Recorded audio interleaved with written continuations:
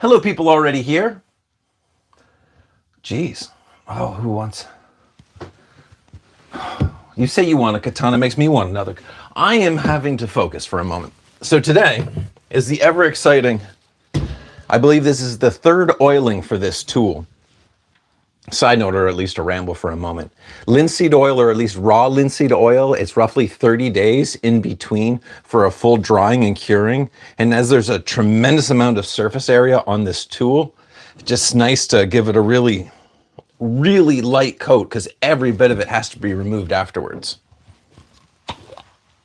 So that's the excitement, cleaning the walls and thinking about the different finishing techniques and thanking the people that are already here.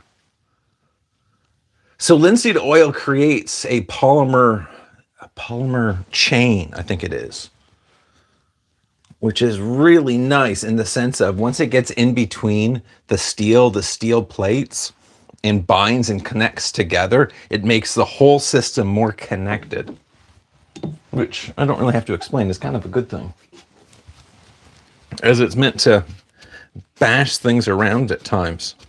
It also needs to be cleaned lightly before we actually begin, which I totally bypassed and went right to cleaning and oiling. So with an assortment of toothbrushes, that's better.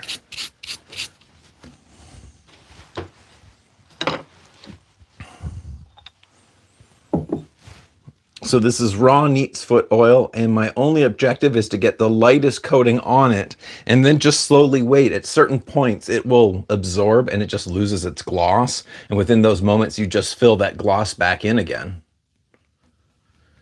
And then roughly it's half an hour of just sitting like slowly falling, just sitting into this oil treatment. And then the buffing process begins. So my thoughts are, once it's all on top, I'll start cleaning a couple other weaponry until this time passes entirely. Peace. Got Rich Giraffe. Hello from New York. Been loving the Kanabo. Thank you. It did turn out deadly. And hello to New York. Imagine you're also going through a heat wave today. Yeah, this tool kind of turned out way surprisingly amazing. I really didn't think I would love it as much as I do. Something about wood that's reinforced with steel, it's right up my alley. And apparently, right up a lot of others. So thank you, Indigo Crow. Okay, I love linseed oil, but if you don't remove every bit of it, it creates that polymer layer on top of the surfaces, and when it's on top of steel, because it's not going to absorb anything, it's a pain to remove. It's not much of a complaint when this thing is just absolutely amazing. You're hiding in your AC. That's a good idea. I think a lot of people are trying to do that. I too am not so much hiding in the AC, but I'm definitely hiding out of the sun. There's no real reason this had to be done today, but this seemed to be the right day to do it. And then I don't have to be outside underneath that sun, because with my complexion, I'll be burnt in moments.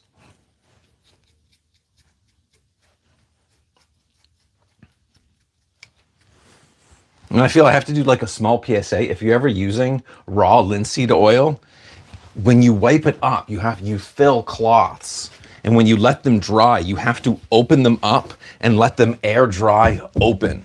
I found that out the tough way and had them crumpled at the bottom of a garbage can. And they will self-combust. It is not dramatic. It's just this thick, terrible smelling fog, as it were. You really don't know what's happening until it's happened. Happily, it was in my work trailer long ago. I learned that issue in a safe way. As an Irishman, son equals vampire burning. That is 100%. That is so. This doesn't need to be shared, but when I was a little kid, I had one of those, I don't know, sport shirt that had all the little holes in it.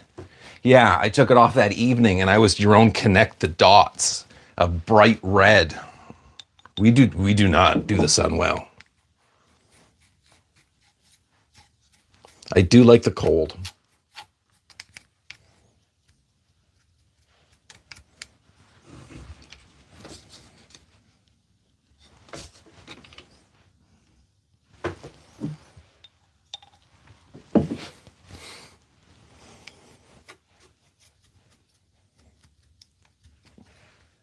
Sadly, this one does not get outside anymore, at least until I get to fully heal and get to training again. So this one just sits as a like a wall ornament currently, and it's kind of sad.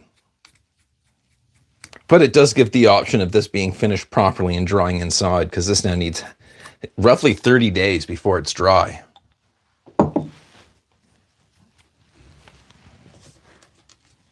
Cannot remember what wood. I cannot remember what wood did you use. I can't remember how to read properly. So this is a cherry wood. And I chose it. It's not as, I think on the scale of 1 to 10, cherry's a 5 or a 6, but it was the only piece that was large enough in the wood shop. And it was one that no one else wanted because it had a knot coming out right here. And happily, I was able to remove almost all of it. So it is a cherry wood. And as the oil keeps being applied, it'll get darker and darker. How many hours did it take to make? Okay, I actually worked this out because I filmed everything.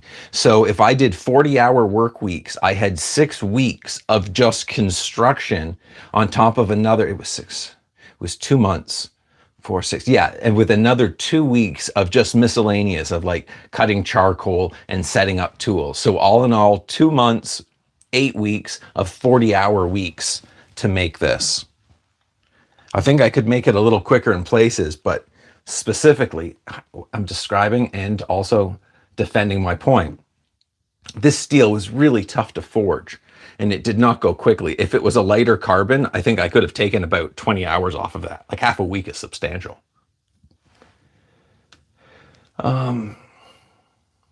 Heal, what happened? Oh. So how can I say this? This thing's 13 pounds, and I decided to do a 100-day challenge. And wow, we must have the full story here.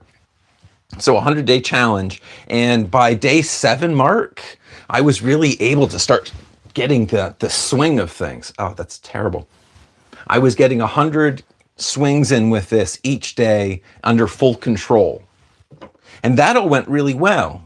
It wasn't until I climbed a tree and I had to cut the top of a tree. So I took my 14-foot ladder and put that in the tree. I climbed that, and then I think I went about 10 feet above the ladder, which isn't wise, and cut off a limb. And I didn't take into full understanding of how much that tree was going to wobble afterwards. And as it wobbled, the rest of me seized up. And that's when this arm stopped, and it was a rip of the tendon, or a tear, technically. I don't know what the difference is.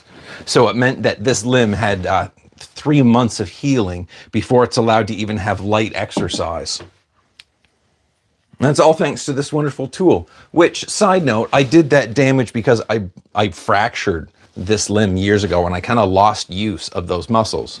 Wow, this is so selfish. But now, because of, I'm going to call that injury or heal, I'm able to do push-ups on my knuckles and rock back and forth on my wrists. Where before I couldn't, I lost the ability to rock back and forth. If I rocked, the arm just collapsed, and it doesn't do it anymore. So it's healing, and it's healing better, but I still can't work properly. And I don't know if you've noticed, I don't sit still well. That is not one of my skills.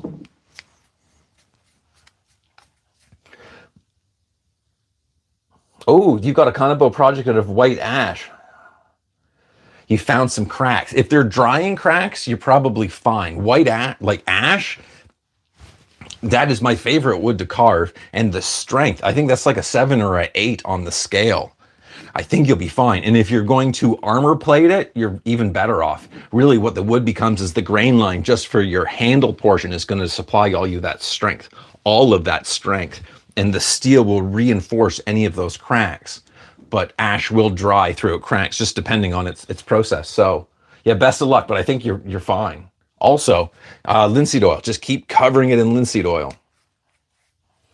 Oh God, that sounds really uncomfortable. Hope you heal up soon. Thank you. And that means I described it accurately, because it has been really uncomfortable. That's all I've complained about. I don't even get to use a sword right now. Everything, all of my training has to be single-handed tools.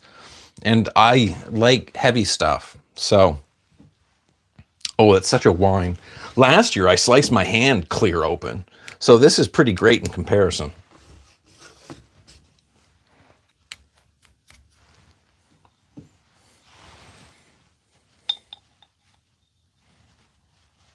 Oops. I didn't get on the phone. We're good. We're good. So I'm talking. I'm supposed to keep this even. I've completely missed a side.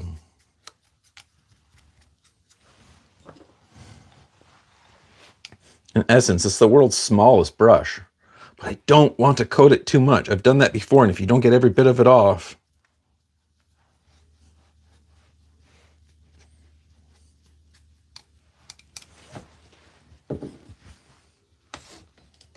We're good.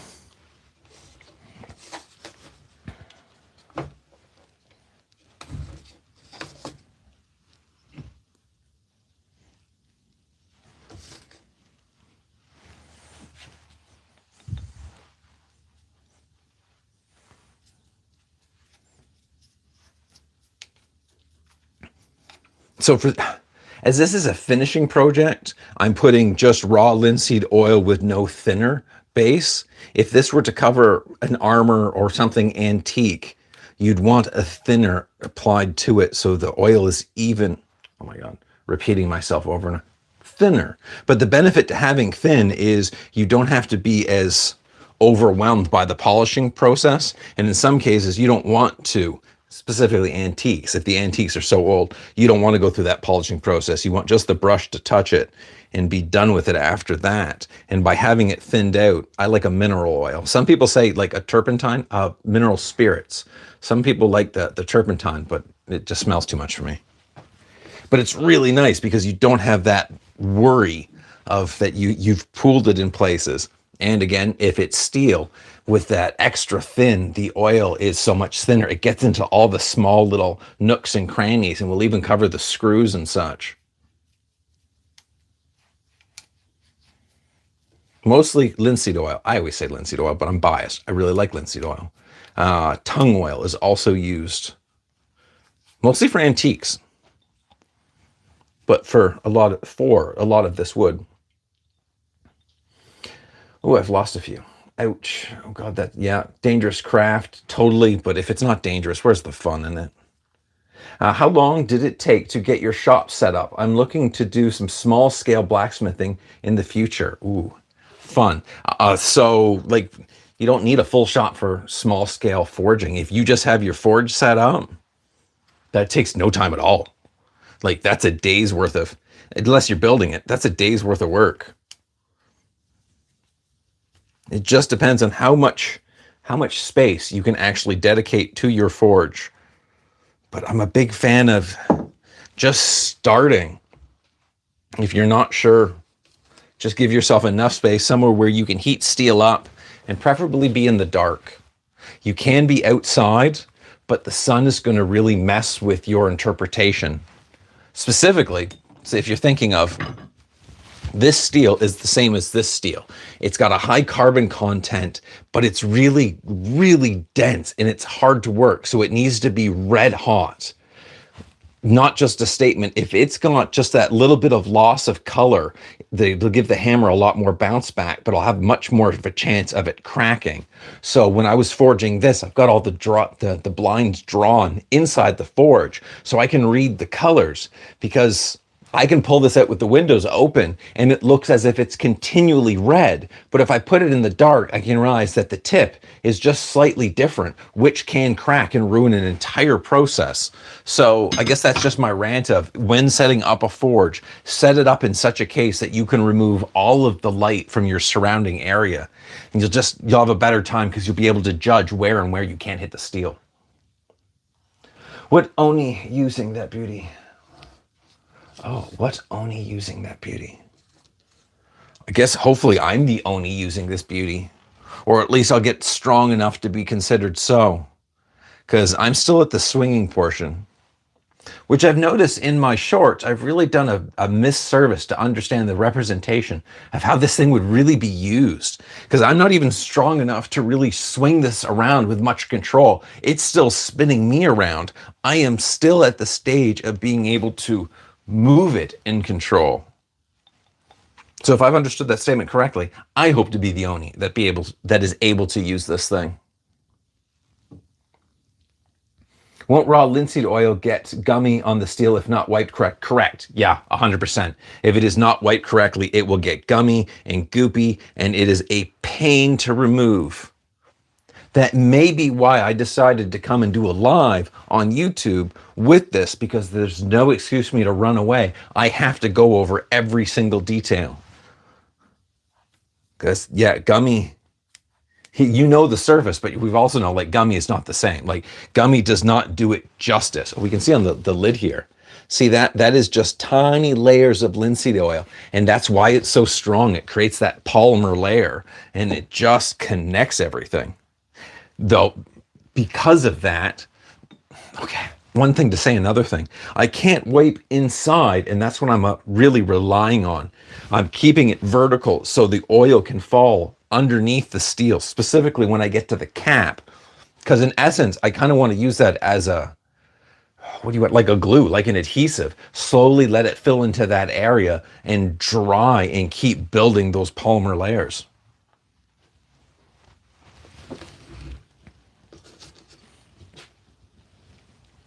What's up, Sensei? X-Max? Yo, what's up, Velocity? Thank you for Sensei. That's quite honorific. I'm just somebody applying oil to a piece of wood.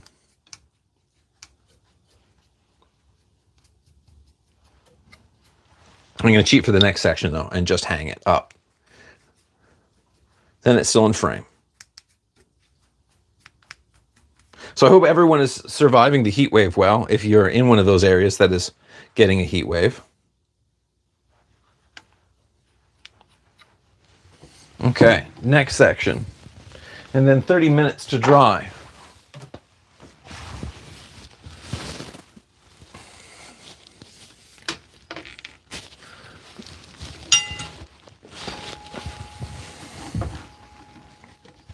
I'm cheating.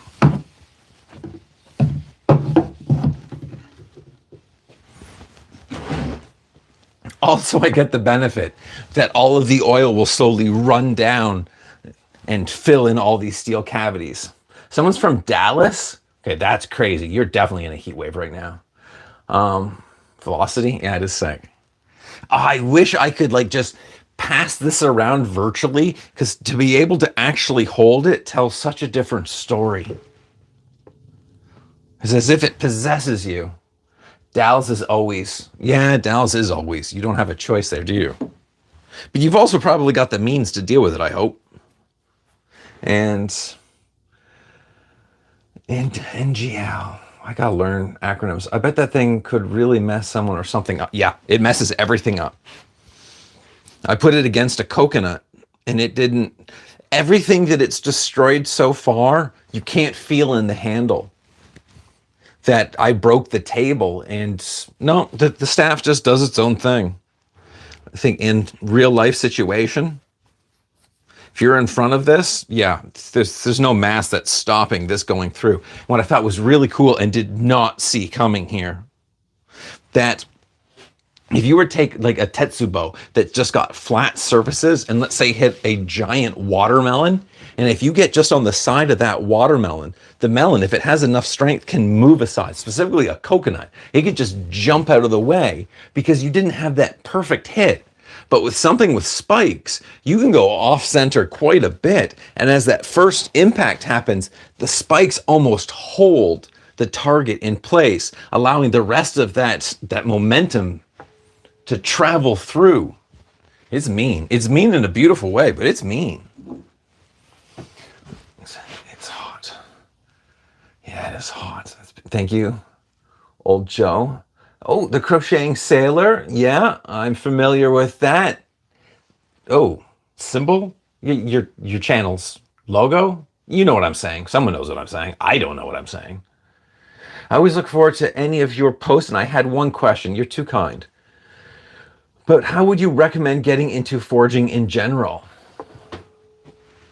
Oh, in,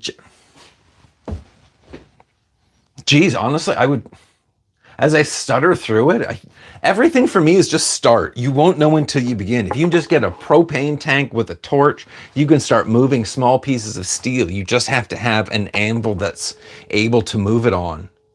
If you can find a class, if you can find someone that already has a forge. It's hard and also really easy depending on what kind of space you have. That is terrible advice. I don't even know if there's advice within that. So I'll just simplify it. Any step that gets you closer to being in front of a forge and an anvil, take it. If you're learning how to make a spoon, if you're learning, it doesn't matter. Just get into that feeling of what's it like. I usually describe it as Play-Doh with heat. There's just an odd sensation to take steel, something that is just strength, and you go, I want to change shapes. And you hit it a few times with a hammer and you go, wow, it changed shapes. And then the best part of forging, though, you know I'm all biased, it's magic, because then you can heat treat it by just heating it up hot and submerging it in water, and somehow it becomes magically harder and more resistant. And then you heat it up just slightly and then cool it down as if just relaxing in a hot bath. And it's like, yeah, I can survive forever now. There is a definite benefit to that art. But again, I'm biased. I took a 6-month class. My teacher was a guy named Frank Turley. That makes way more sense. Turley Forge. Awesome. It'd be fun to have more classes, more availability for people to try this. That it's surprisingly easy and incredibly rewarding. And the fact that you can, this is totally bragging. I don't buy tools really anymore. If I need a whole bunch of chisels to make a saya, so I'm working on a video where I'm just going to make all the chisels I need because I have all the steel.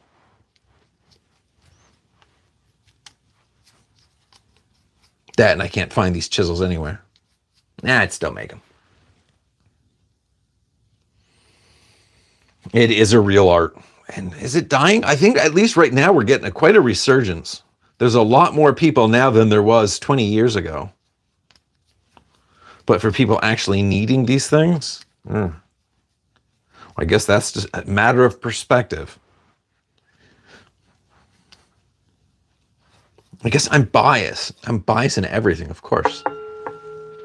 That in my study of ninjutsu, thinking of these people that lived off in the mountains, kind of unconnected to the rest of society, in a sense would have had to become their own society. They would have had to produce, distribute, make everything within their own community. So there'd be no way, I'm going to go buy this. No, you'd have to go make this. You'd have to find the material.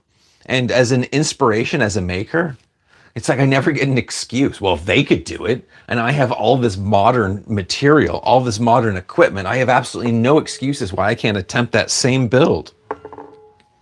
So good luck on your forging experiences.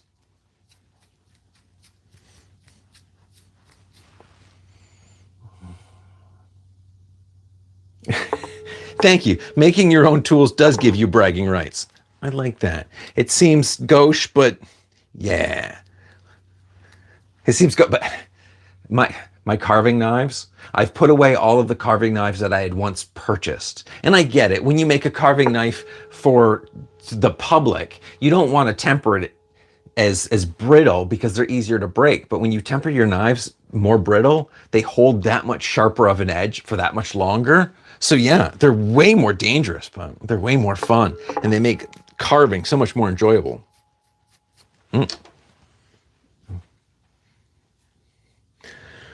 Is there a specific type of steel you use because it looks darker than most have seen in other forging work?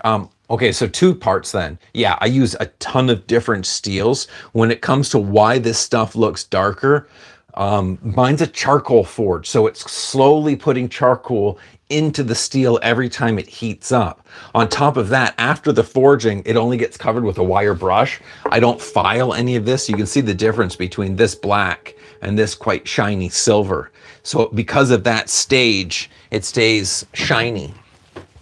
If we look at this piece, here's a part that I've just done with the hammer. and then that I've cleaned up with the file. So that's the only difference. It's just that cleaning method that I really enjoy seeing the hammer marks on the steel, but I also really enjoy, because of that, you can have such a dark patina across the steel. And there's no conditioning on the steel. You can heat it up and hit it with a linseed and beeswax mix and burn that in, and that will also bring it much darker and black. Side note, you could also use garlic and just slowly let it dry on the surface, but it's not as consistent. People can't be bothered to learn things they lack the talent to use or the patience to study. Now it's just MMA nonsense for anyone to learn in a couple months. I'd say that's what is killing martial arts. That's an interesting point. There's that thought that we can gain something in 6 weeks. And by all means, if you do measured, yeah, you totally can gain a lot in 6 weeks. It's just for a martial artist, you can gain a lot more over a longer period of time. I'm happy people are giving into those 6 weeks, but yeah, you're right. We do need more of an understanding of there's the hours, there's the mindset. There's so much more that goes into it. Ooh, someone says hi from Scal. Have you ever made a bow? You're not saying a bow like a rokushaku bow. You're thinking like an archery bow. And no, it has to be on the list. I want a traditional Japanese yumi. Actually, I want a few bows.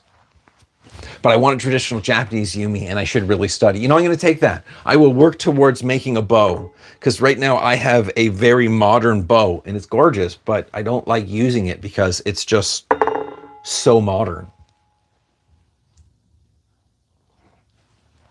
Ooh, someone's 3274 working on a charcoal forge. Doesn't put carbon on the steel. Doesn't put carbon on the steel. If it does, how do we take it out? So it is putting carbon on the steel, but it's also putting carbon in the steel, because the steel is so hot, it's just gaining molecules. Where if it's in a propane forge, you just don't get that added. And we're talking like a minute level. It's not going to aid in heat treating. It's just going to aid in patinaing. Patinaing? I don't know if that's a word.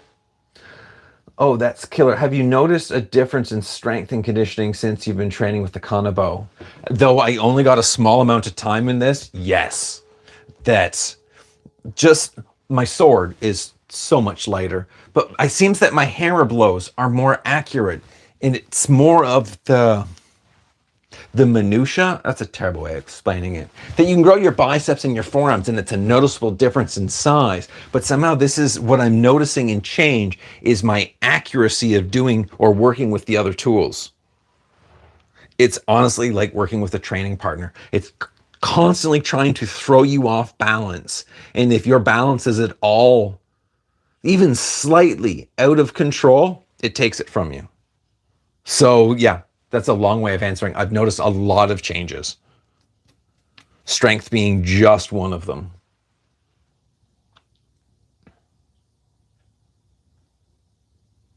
Watching this, don't know, Japanese word.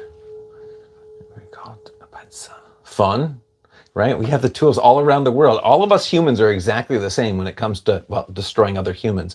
We come up with the same nonsense. It works. Impressive, thank you.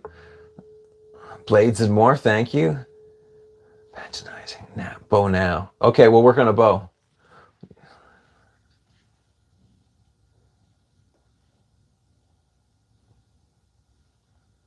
Interesting. Official YouTube live moderation. I will ignore the name, but I still had to state it.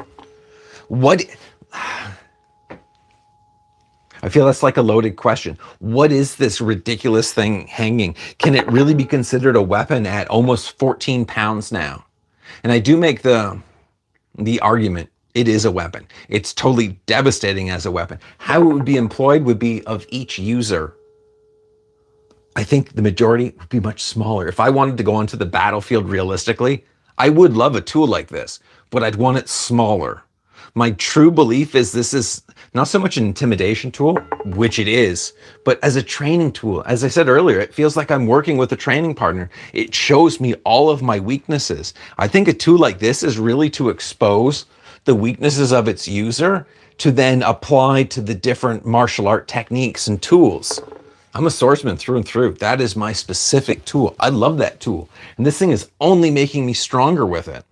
Now, with all of that said, for this use, I say siege. If you've got a cavalry coming in, you've got a teammate of spearmen, yeah, this could go, it'd take out a horse, let alone you swing this at the rider. They can't change their position up and down, only side to side.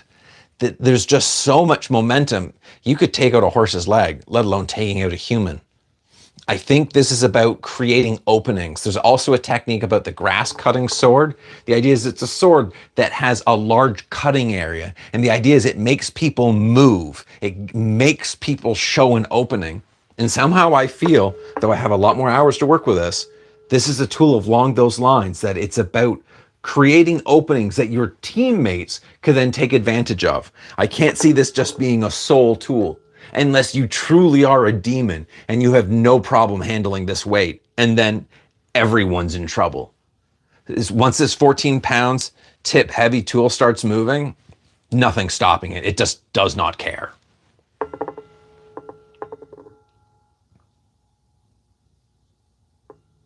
As a person who made a longbow, well done. Your own feels awesome. Yeah, thank you. Yeah, rub that in. Remind me that like every few weeks if I haven't made one. Yeah, I do need to. I should start with a longbow first. I should start something that doesn't have the laminal effects. I don't have bamboo. Why is that my excuse? Why couldn't I try it with something else? Thank you. I gotta take that as an inspiration. I need to make my own bow and just start making some mistakes. Let's make some mistakes. Definitely a defensive deterrent. It is, isn't it? I know I would think second to coming in on this tool. So the question, would it break swords? And I think no. If it was able to get upon a sword with the person having enough strength, yes. But I think because there's so much momentum and humans are just not that strong, it's going to knock the sword every time because the blade, the steel is stronger than the human wrist. And another part is, why am I going for the sword? With a tool like this, I'm not going for the sword. I'm just randomly going for your arms and body. I need to take out that area of attack because it doesn't really matter. You can't block this tool. It just needs to enter into your line. You have to choose to move, or I don't know if you choose to get hit. I don't think that's a choice. Well said, bravo. Thank you. I don't know what it was, but I'll take the bravo. It's called a Night Destroyer. It is, yeah. It's a nice tool. And it gives me great joy to be outside working with something that I think looks like it potentially could be in a museum, and it's raining and it's just leaning up to a tree and then it falls over and it's just in wet grass. And there's just something so, yeah, that's how it's supposed to be. There's historical record of people using this in war. First, the one that comes to mind is Benkei. Benkei. I just don't know if he used a Tetsubo or Kanabo. Now right? So, side note, Benkei, personal hero, I think I could go that far, was a monk really early in the timeline, and he was known for carrying every weapon possible to him. He carried it on his back, carried it on his waist. He was ready for what was ever going on. He met a samurai and was charging people to cross the bridge. I don't know if he was just pissed off at samurai at the time. And the one gentleman that was able to inspire him jumped upon the railing and nipped across. And he's like, yeah, I like your style. So we do know, off topic, Benkei, we do know we used a Tetsubo only in the fact that the scrolls show a specific Tetsubo. But come on, if Benkei given the option of a Kanabo, yeah, I think he would. We're just guessing here, but I want to get into blacksmithing. Any tips?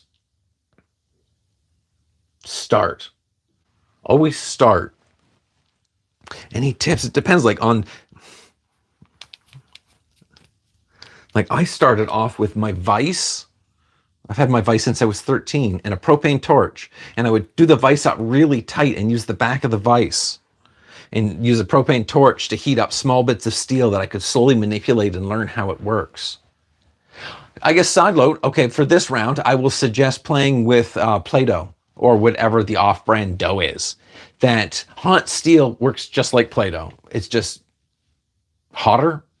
I'm great at explaining things. And if you hit that with a hammer, you can really understand how it works. But I think overall, you just need to start. You need to feel what a hammer feels like hitting hot steels for you to go through your mind going, wow, that's quite satisfying.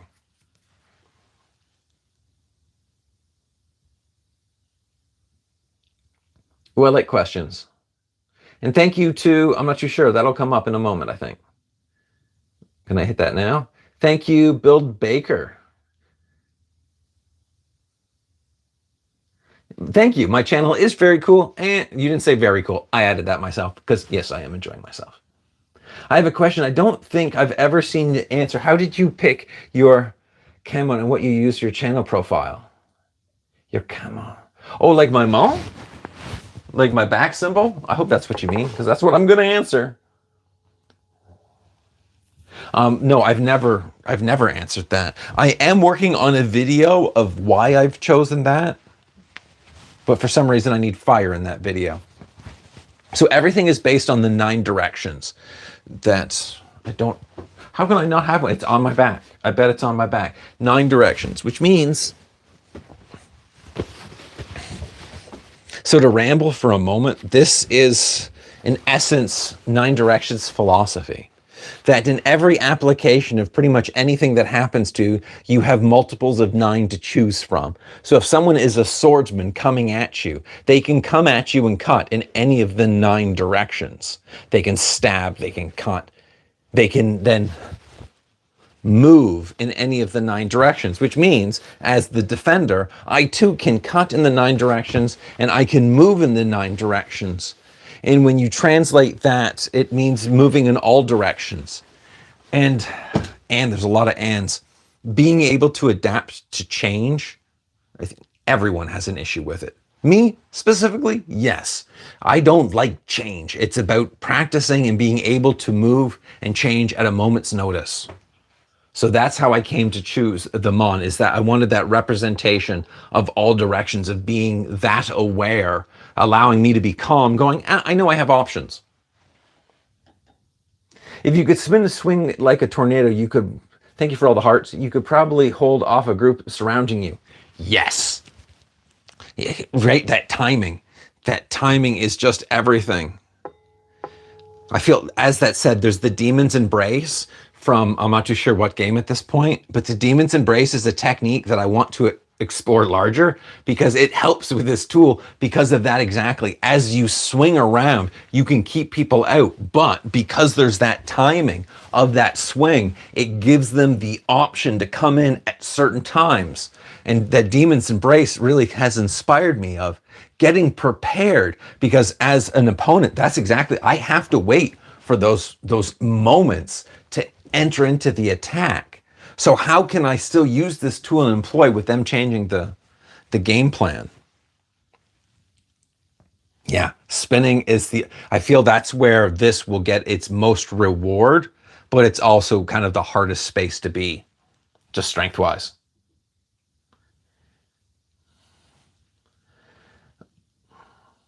I made 4 bows, first 3 broke, but I kept trying and learned more every time. Well done for you. It's weird to state. It's kind of fun when they break for the first time, but I imagine with bows that's awfully frustrating because you spent all that time up to that point. So I look forward to going through the same experience. Oh, but to be able to shoot my own bow, as I've given it all of 4 minutes thought, my question being, can I make a bow mimicking the Japanese yumi, but using material that I have locally? Which is a long way of saying I don't have any bamboo, and they rely heavily on bamboo. So can I use a wood that's got more flexibility, has flexibility to take that up? So many questions. I will ignore the name. That's super cool. If you would be awesome to see a thing in action. Yeah, we need to show this thing in action more. Lots more actions. And we've got, thank you, Build Baker. That's awesome. That's a great help. Probably go to charcoal. Snake eyes. Wow, I went directly to internally was, oh, I hope that's about me. But I'm just talking too much. Thank you. Did you ever learn Japanese? I am learning German currently. Ooh, well done for you. Just Go for the tough ones. I've always been fascinated by the Holy Roman Empire and the pike and the short. Go for it. Yeah, learn that language and become completely overwhelmed with that information. Yes, I did. Can I say I learned Japanese? I learned enough Japanese for when I was in Japan that I could order in restaurants. I swear I sounded like a primate. I had limited Japanese. I'm not much for languages, mostly because I'm just not great at languages. But on the bus in Japan, I screamed aloud because there was a fireworks festival and I gave the date. And I was just impressed because it was all in kanji and I just read it instinctually. That was a moment. It was also a moment some time ago and I've lost all of the language. I think I could only survive in a dojo. I could no longer order in a restaurant. So with all that said, study diligently German and it'll make a great trip. Awesome. Oh, the crocheting sailor. You're too kind. It's not a gram. Love your logo and the meaning behind it. Thank you. I do too. Love your TikTok. Glad you found you on YouTube. Oh, thank you. The TikTok. That's awesome. Yeah, I haven't done a TikTok. I just play on YouTube now. It's a friendlier. It's not that it's friendlier. TikTok was fine. I'm lazy. That's what it is. I'm lazy and just post on YouTube now. So I'm glad you found us here.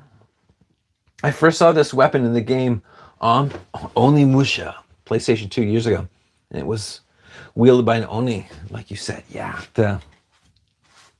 I'm writing that down. Sorry. Hold on. Onimusha. Demon Warrior? I love it. Yeah, it's a great tradition of demon, Oni. I think at this point we could almost consider them yokai, bringers of disease. There's a statement they say, Oni no Kanabo? Kanabo no Oni. It's a statement if you give an Oni, they're unstoppable. I don't know if they actually use that statement, but I get it. If a true demon has a tool like this, yeah, they're unstoppable. There's no blade stopping this. There's no tool stopping this. There's no person stopping this. They will move. Need more math. I'd love to learn the physics of how much momentum is being built up and then passed on to the other. So thank you, Rich Giraffe. Hey, happy to see you live. Have you been having a bad... Okay. One day I'll learn how to read. You're having it. That's not cool. Thank you for coming here, and your bad day will now be over. Give it no more thought. Now there's sharp and pointy things that are covered with oil that you can gauge upon. And yeah, it's nice to be back doing lives. I keep putting it off because I don't like the resolution of my camera and the angle's dumb. And last night I decided you can't make that as an excuse any longer. You have a phone and you can get things done again. Thumbs up by double tapping the screen for this awesome content creator. I don't know what double tapping the screen does, but thank you. I wonder if that's the heart thing. I've always wanted to ask you this question, and I finally got my chance. What is the philosophy behind single bevel Japanese knives? What is... I don't have one in front of me. Single bevel, I'm taking that as like a chiseled edge. There's a flat edge and then the angle. If that's not what you mean, correct me in a moment, but I'm going to talk about chiseled edges for a moment. A chiseled edge usually is going to refer to a trade that from fishmongering to carpentry, most all of their blades are going to be chiseled edged, single beveled. That it's easier, it's faster to sharpen. Not necessarily easy to sharpen. You still have to hold angles, but that's usually the case. You get the double beveled when you want to cut flesh in real life. Warriors have that double bevel. You get more pressure, you get more strength. Let's use the word strength when you have that double beveled. Most Japanese swords are an apple seed, and when you look at the physics of the apple seed of how much surface area is touching on the cut, it's minimal to when you get to a single bevel, a chisel blade, you've got a lot more surface area having to cut because of what you're cutting. If that's not right, let me know. If that's not answering your question, let me know.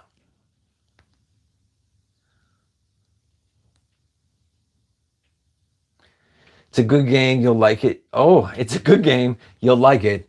It's a trilogy too. Thank you. I write it down more to look at the gameplay of the game. I am terrible at video games. You shouldn't give me a controller. I'd break the controller before I know what I'm doing. I have no intuition and no ability. I've tried multiple times, and I think it's a wonderful pastime. Like, I'd like to be good at it, but I don't have the patience to become good at it. I'm impatient. But thank you for the reference. Lots of thumbs up. Thank you, Sport. Well, 2298. These names are great.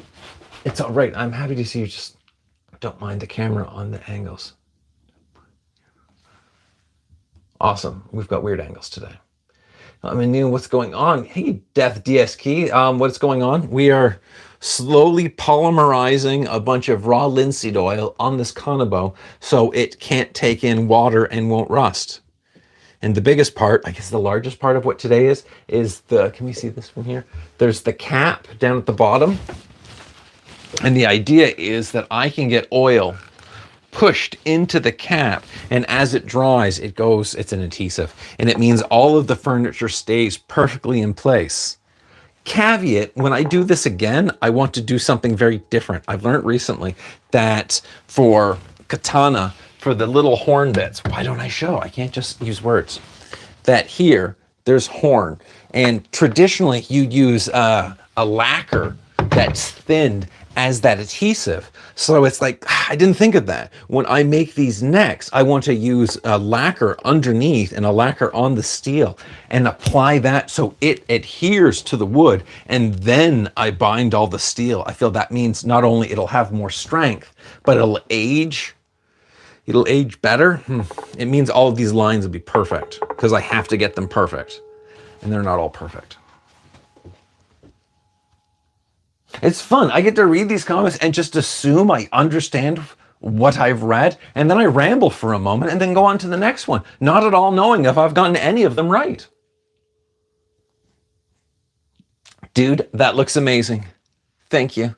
You know what? I don't get tired of hearing about how this looks amazing. It really does. To whomever first created this shape, like, hats off to them. This comes from my Arms and Armor book, I think page 82. And I have no original artist to reference, but I think I copied them well, and they definitely chose correctly. On a mobile device, they double tap the screen to give you the thumbs. Awesome. Laptops on other devices, they hit the thumbs up button. Wicked. I know little about technology. This is very epic. You know, I guess, yeah. Epic is interesting. I'm taking that. I like that. Thank you. It is epic. Oh, a sushi chef in the Philippines, and I always try to sharpen just curious of why it's shaped as it is. Thank you. Oh, you know the names of it. That's really great, but that is why. The big part of that chisel edge at the back of what I'm told is it makes it easier to sharpen. For the method of you're just keeping it flat, I use air quotes because I don't like that statement, because it seems like it's allowing a bit of mindlessness, which it isn't. To have a flat knife, you still have to have that correct focus to have that edge as sharp as possible. It's all about that edge control, about making that feather's edge and moving it back and forth. I make double statement to that because a lot of ninja stuff has that type of symmetry. Can you call it symmetry when it's not symmetrical? Getting fatigued while in a real life and death battle has got to be intensely inducing. Swinging a super heavy log around is wild. Yeah. No, I wouldn't want to be fatigued. I guess this is where it goes next, that you don't have to keep it. If I were to choose this weapon, which I do, though I think I choose one a little bit smaller, no matter, even if it's a sword, if I'm in a real life situation and I'm tired with what I'm using, yeah, I'm dropping it. I'm switching to another tool, though you may not have been here. Bankai. I'm probably not saying that right, but that's how I say it. A monk that carried all those tools. I would be wearing every single tool I possibly could. I'd be handing them out to people if they needed them. I want to know I have all of that available. I don't want to get wrapped up in this one Lars. I got to tell one story before I tell another. Lars was a gentleman that came to the dojo years ago, and I loved the sword. I felt that I could defeat others with the sword. And every time he defeated me with my sword, going, your mind's wrapped up in the sword. So I can just defeat you by taking your sword. And it really clicked in. I can't be trapped with using a tool that's going to be encumbered myself. The moment it's too much, I have to move on. I have to let it go. It's the point of the Zen mind at that point. When will you give in to the change? And I think this is a tool that really practices that. Though with that all rambled, yeah, it is fatiguing. And I think that's the big point about it. Training with a tool like this makes me tight. Within an hour, I'm done. This thing has totally destroyed my muscles, which makes me that much stronger for the actual use. That's my ramble. How did you learn to blacksmith? I was really lucky there. I learned and practiced. I was at Brock University, and near Brock University, there was a city center. And at that city center, there was a little blacksmithing shop. It wasn't functioning any longer, but somehow I was introduced to them through an artist at Brock. And in such, it's like, hey, can I play with your forge? I'd like to learn how to forge. And they said, oh, it doesn't work.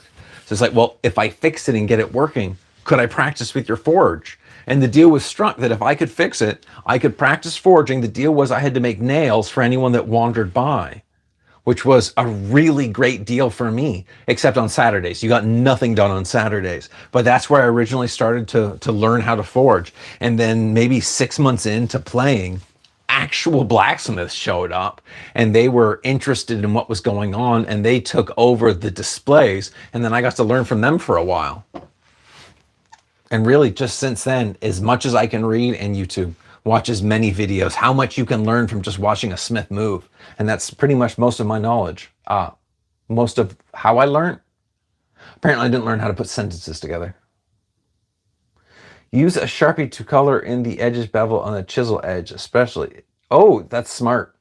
Yeah, if you can use, or bluing, or something to be able to see. I do like that, the blacksmith that I really like to watch. Wow, there's a device that's just right up on the screen. I think it's a goat. Thank you. When you're polishing the steel, you'll go from, we'll call this an up and down motion, and then you slowly start changing the angle. So every time you change to a new grit or a finer polish, you know that you've covered all of that area, much like the coloring, the Sharpie aspect. You can use engineer's blue, but you'll end up looking like a Smurf. So what's your name? What's your name? Jimmy Rustler? Yes, that's what I use. I use the bluing because it reminds me of high school. I was so jealous of the students in machine shop that they got to use bluing, and then they laid out all of their designs on the bluing to then be removed. I thought there was an art just in that aspect. So I use bluing when I have to do marking. A Sharpie works just as well. The blue does get burnt off, but the blue just has such a reward. Yeah, you do look like Smurf-like, because of course we are. We're so official. We hold them as we spray them. So wise. Not sure if you mentioned it yet, but is there an appropriate weight of the piece? You drill strategic holes or lighten it. You would be. Great point. So we could argue that. So the Kanabo, could it be lighter? And if we drilled holes, I could have put in a 2-inch hole all the way through, and it would have made it lighter, but it would have lost that momentum. And for me, for this construction, this was something that was not to be able to be controlled. I wanted this something I had to work towards. It needed to be heavier than what I could handle. Put that aside. For the battlefield, Sengoku Jidai, and let's say I am one of the samurai that needs to go in battle. No, I want a tool like this, but I want something that I can handle, and I think preferably 8-9 pounds, have it denser. I really like having the wood core. It's like it adds a bounce. Some of them have, the shielding itself has the spiky jobs. I'd rather have the wood, but I'd want it more condensed, which means not only can I spin it, I can control it to go back onto the target. But there's a lot to be said about having it this weighty. I made something really similar out of a table leg, and it was terrifying, right? Whoa, what have I done? Don't do that. It's practically a table leg, or it's like a bedpost because it's got all the wobble doos. It's funny on how many things are actually weapons or can be used as a weapon so readily. I kind of forgot what I was doing here for a moment. The big part of this is to be oiling this and then letting it dry. But if it's not totally oiled, I can't let it dry. So I love what it has changed my swordsmanship. And I like training with it as its own tool. But the benefits that it gives to all of my other martial arts far outweighs any other attributes.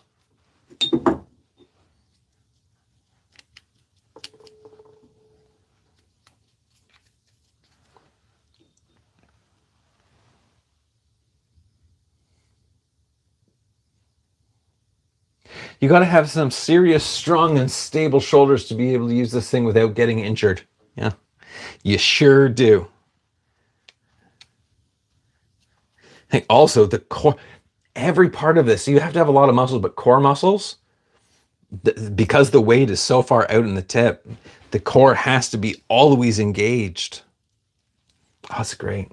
It's just great. Both of my shoulders are screwed. I would never be able to wield this thing. Yeah, no, if your shoulders are screwed. Sorry to hear that, though. That can't be comfortable.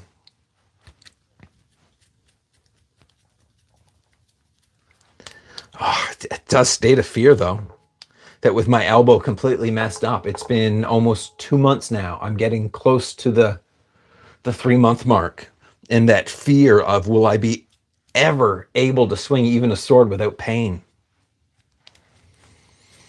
I can only empathize with you, but I can't say I know the feeling. Yeah, really lucky. I like lucky. Okay, Tinkering sent the goat. Thank you, Tinkering. That's pretty awesome. Do you know when I can get a good one-to-one image of an actual Japanese sword, because I'm getting to make more swords? Ooh. When it comes to actual imagery, I say check out any museum you can find. The Met is usually my go-to to find good pictures. Not all of them, not all of their items have pictures, but the ones that do are high resolution, and you can like zoom in on them and learn all of the little details.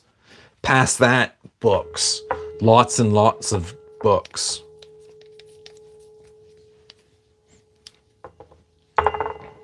My favorite book is one from it was a museum tour in France, 3 different museums showing 33 Sengoku Jidai samurai armor used within that battle. That was an awesome show.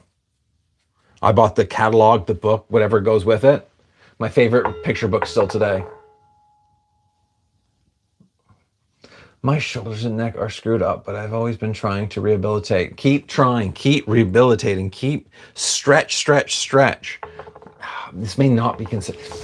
With what I've done, tendon and ligament damage. They say 3 months and no lifting. I'm not allowed to do any exercising, but I can stretch to my heart's desire. So the majority of the time that I spend in the forge is looking for the most painful stretches I can put myself into, so I can stretch out those muscles. I don't know if that applies to past injuries. That's all the individual. But for everyone else watching, for stretching, for keeping yourself healthy, stretch, find the painful spots, stretch through them so they're not painful anymore. This is my PSA about stretching. Where?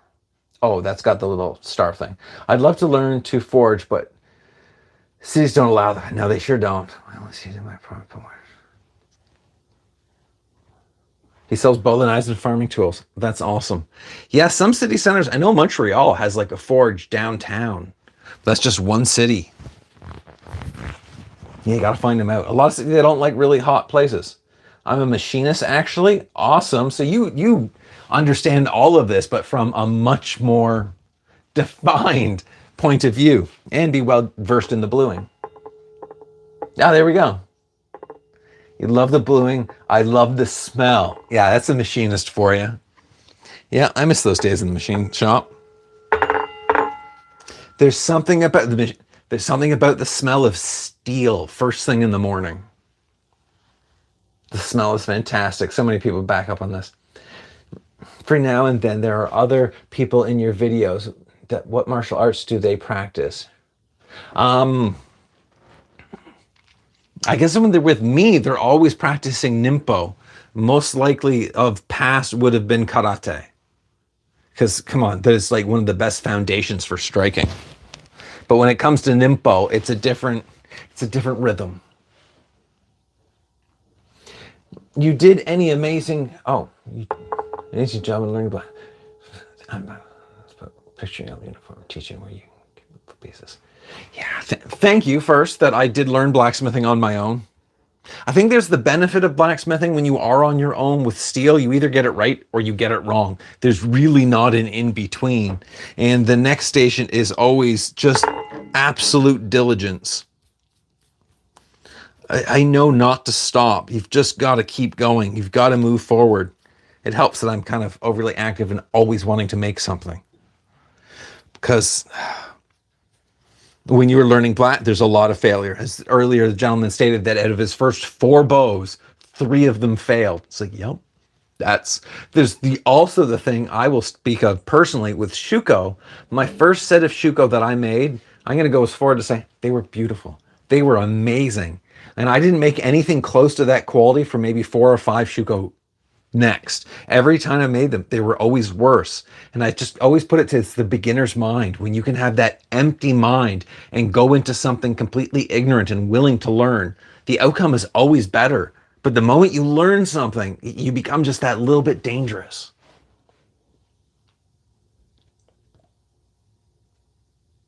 Do I have any tips on cleaning katana? Yes, I have lots of tips on cleaning katana. First of all, do it often. Many cases, if you can't do it often, switch to a mineral oil. It's nice and thin. It's very modern, but it means it's not going to goop up. Use a raw linseed. It's going to make a mess of your katana if you don't clean it.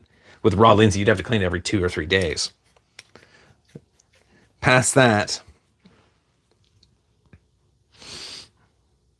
my statement would be that when you are cleaning a katana, when you're spending that time, when you take it all apart, traditionally, we're only allowed to touch the tang with bare hands. You never touch that polished piece. Now, with that said, when you use your palm that goes up, you're disturbing just a little bit of dust, and it's an abrasive, and you're gonna use a little bit of powder. That is the powder. You're gonna lose a bit of paper that you folded up. You're still not touching the blade, but as you go along it, don't do the entire length. Treat the process of cleaning your katana as you would the same power you would practicing your kata. It in itself is a kata, and you're spending time with that sword in that original purpose, that just steel. Treat that with great honor and use that whole length of the blade. Also, always have the blade away from you. And I guess the last thing, which could always happen, they're sharp swords, and you can slice your fingers, so go slowly. Swing a pick or a matchlock. Ooh, we'll do the same to your court. Yup. Okay, yeah, it is. I get to use a pick fairly often, but I think I want to put, like, if it's like a pick, like times 10.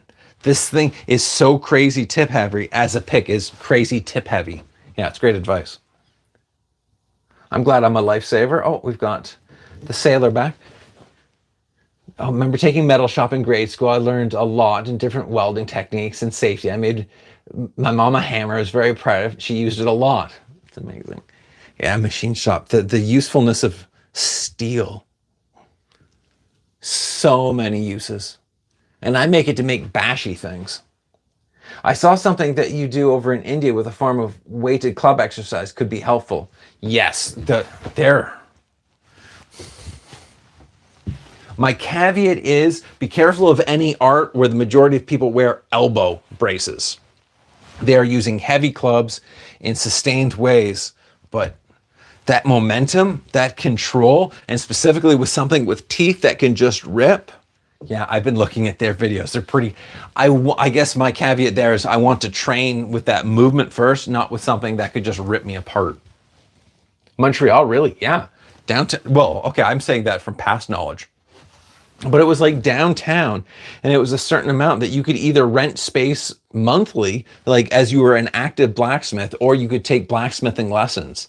And there's a place even in Toronto now.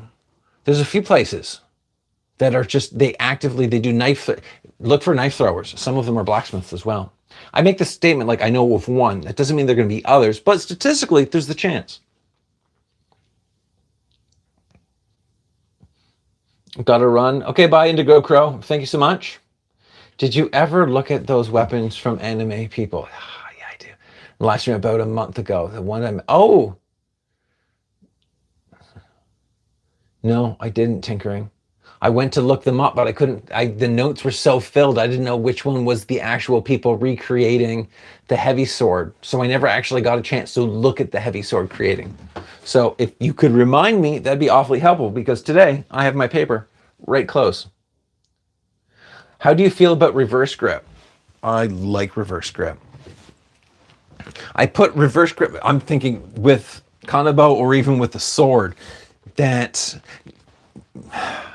I go directly to wanting to put the opposite side first. You don't have as much range, but you also have the perceived nature that they know you don't have much range, so you're inviting them in. And I go to the kama, which is behind me. That upward attack is nasty because of how much musculature we have in our arms to support that blade. And that idea that you just slowly invite them in.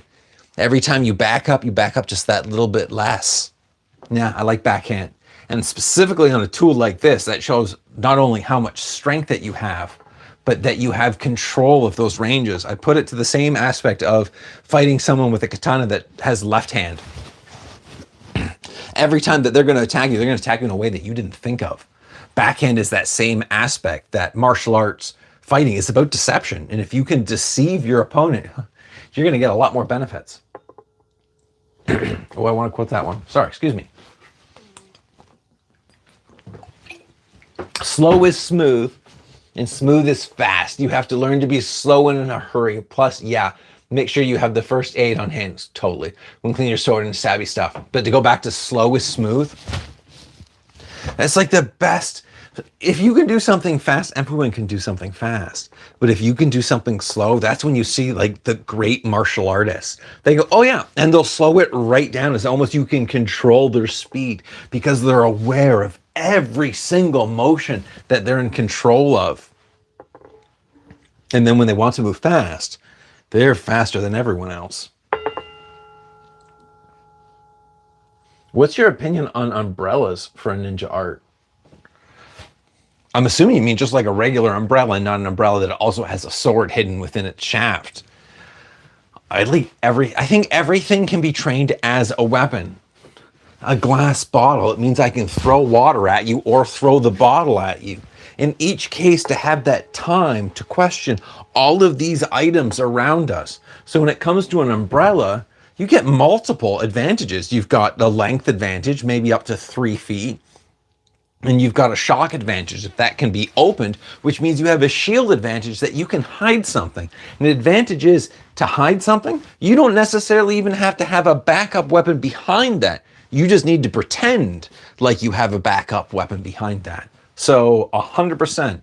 Though the caveat is, if it's ninjutsu training, I think absolutely every weapon needs to come in to that category of understanding that everything that we work upon is taijutsu based. How does our body move? So understanding all of these different tools, weights, and balances, it's always of advantage.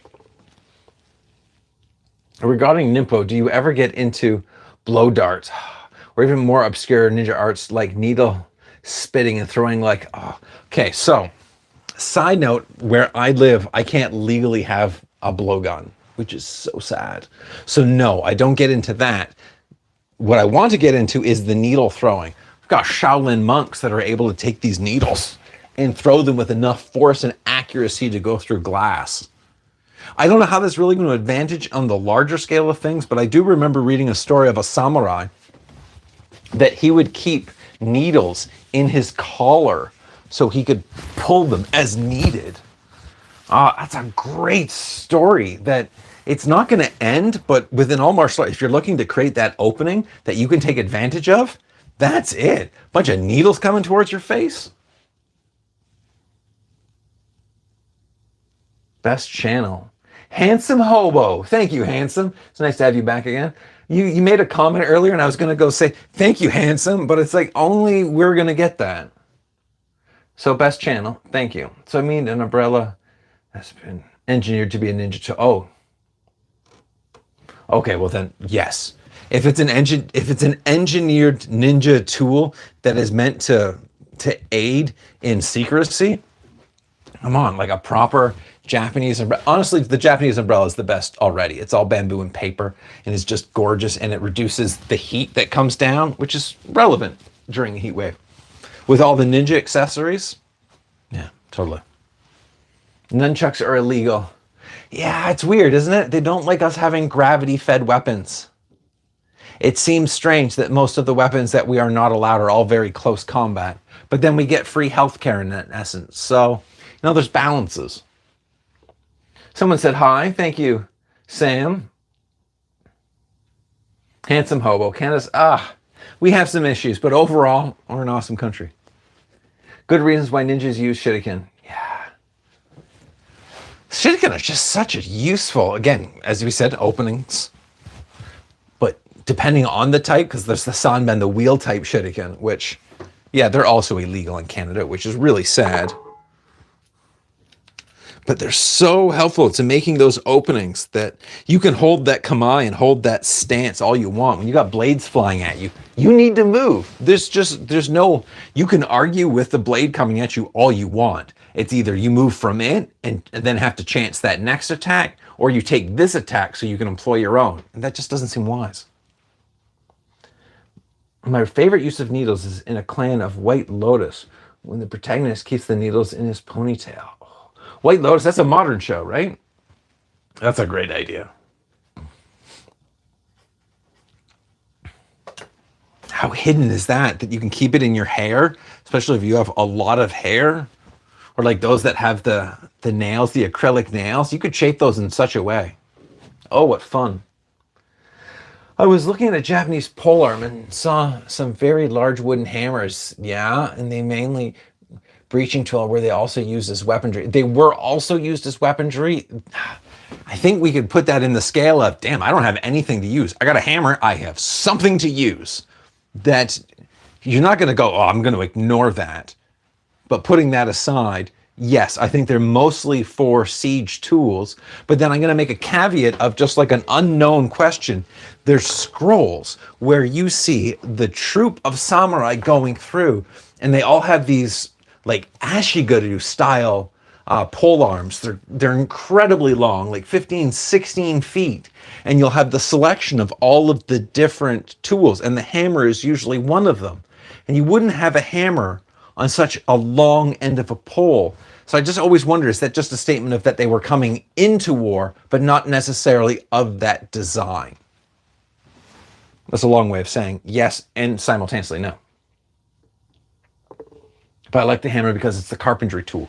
And carpenters would have a lot of access to different knives, but one of those giant hammers, when they're putting the traditional, modern even, wood buildings together, they've got these giant hammers. The Ono is the axe. I think the glass thing was the tiny glass fragments flying out of the needle. Oh, fun. Use the needle to get into drywall. Yeah, and depending on the size of the needle, that we've just got modern needles, you could make like old school forged steel needles and they could have a fair amount of weight to them. Handsome Hobo, I wanted nunchaku. Oops, illegally. I wanted throwing stars. Oops, yeah. I get throwing knives. How is that less dangerous? Fun. My theory with this is when you look at Canada law, this is so on topic, the things that are illegal for us to possess are usually the tools that we can hurt ourselves the most easily with. When it comes to a throwing knife, they're not that easy. They rarely bounce back at you, and you really have to know the distancing to use a throwing knife. When it comes to a throwing star, you don't need to know much of anything. And the more energy you put into that tool, the higher chance that that tool is coming right back at you. We go to the Menriki Kusari, that 10,000 power chain, like nunchaku. you got a better chance of hitting yourself or hitting those that are really close in front of you. Okay, those ones are also extra dangerous. But then you go to the nunchaku, same thing. You got a better chance of hurting yourself before you ever get to hurting others. But in all of the cases of when hurting others, your chances of hurting those that are around you are much higher. Throwing knife, not as much. That's my theory upon it. I used the powdered eggs in a conflict fighting the revolution a few months ago. That is awesome. I wonder how that would have been fun to see in real life, because you're not moving forward once you can't see any longer. Some of these modern breath tanks that they're using and filtration system, if you were to hit them directly in the face, what is going to happen? You need air. We just can't go without it. Oh, Tinker, I have a project to do soon. My coworkers want a matching set of ulu knives. That's a fun project.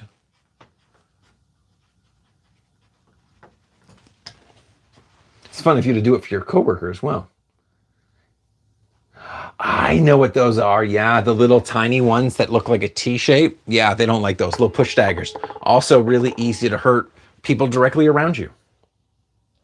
I want one of it's the Indian push dagger. It's like the push dagger on steroids. They're massive. They are not illegal because they're well over 30 centimeters and you can see them coming. I want one of those.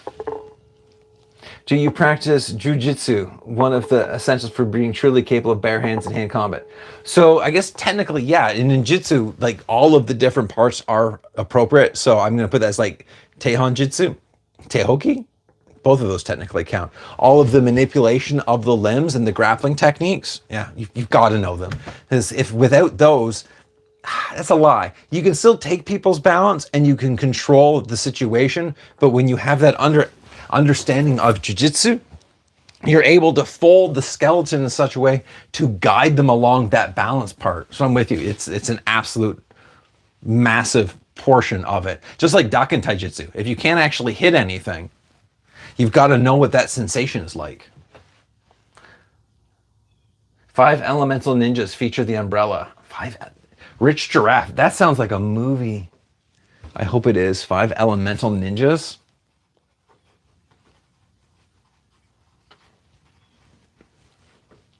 AKA Chinese Super Ninja, 1992. Chinese Super Ninja.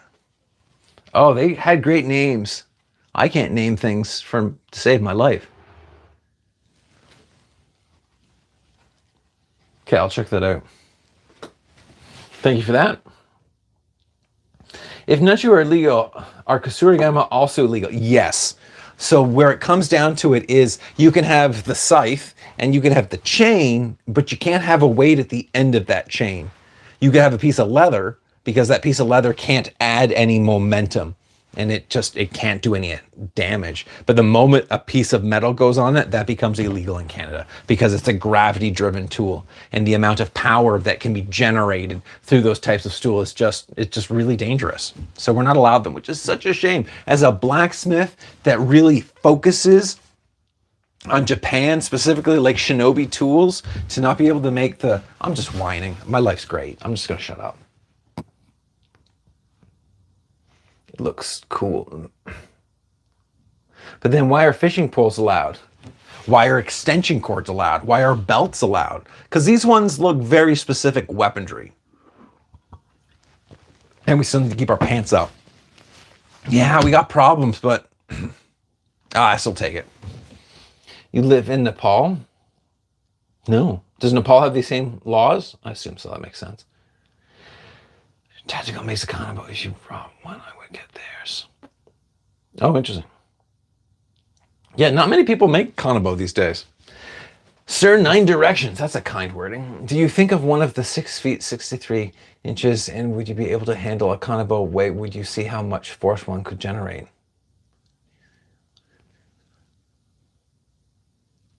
I couldn't handle a bow of that size. That would be crazy and amazing, but maybe with years of training. Yeah, I'm with you though. It's same with this and that size. How can you actually test that? I thought coconuts would be a fun way of showing its power, but the highest tensile device I can purchase, it doesn't care. And like a coconut's close to a human skull, and this thing doesn't care. So how do we generate that? I keep thinking that like so many people use the ballistic gel dummies. But my mind always goes to, but if it's a ballistic gel dummy, it's for ballistics, and I have blades, not projectiles. So is it going to have the same? So I tend to just break to Tommy, but we'll see. Thank you for Sir Nine Directions. I enjoyed that. When the umbrella spin, hidden claws, blades emerge. Wicked. Like, pop it, spin it, like through centrifugal force. I like that. I'm biased. I like blades, but I like that. That seems like the... I guess I'm going to... There was the... What was it? The Star Wars Black and White, where the Sith has that umbrella that spins. I like things that spin. Someone said, hello. Hello. Skulls. Oh, you said that. Oh, so what about the Kusari Fundo or a meteor hammer? What about a bike lock? The first two, no. Bike lock, yes, because it's a bike lock. You just can't use it like those things. And the Kusari Fundo, sadly, no. The chains I have, I can't have weights on it. I can still practice a lot of the techniques, but what I would really like to show is it was called the 10,000 power chain for a reason. To go against a coconut, this would just shatter it. I'm guessing that's partially why. So I just have to train the chain. But it's still pretty good. How many IBS is your... Oh, how many... it is... The last time it was weighed, it was 13.8 pounds. And now I'm adding about probably another ounce of... So I'm hoping it's going to be about 13.9. I swing a club, I've gotten to 15 kilos.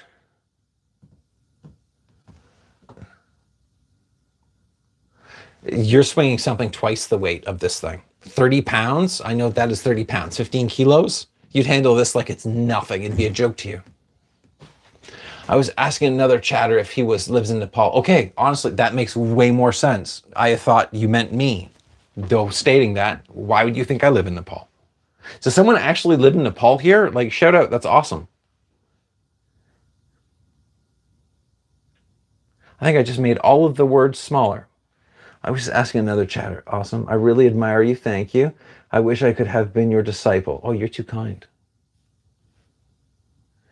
Indian clubs. Oh, yeah, Indian clubs. And their Indian training. It's not their Indian training. Their training. And then, hello, Gadget. Gadget Sutra. Hello. And if it's really an Indian tool, yeah, the Indian clubs, if I'm doing anything Indian, I want that big push dagger. I don't know what it's called, but that's what I want. Though I won't be able to make it as cool. They pour their steel, which is just amazing, to hold your forges at that temperature with that control of steel. I'm not there.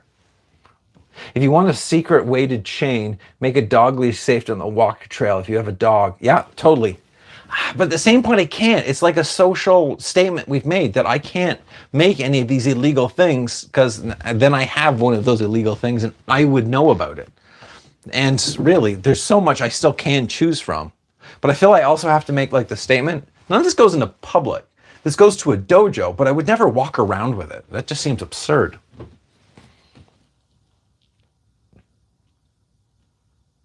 Japanese art of those times was awesome. Yeah.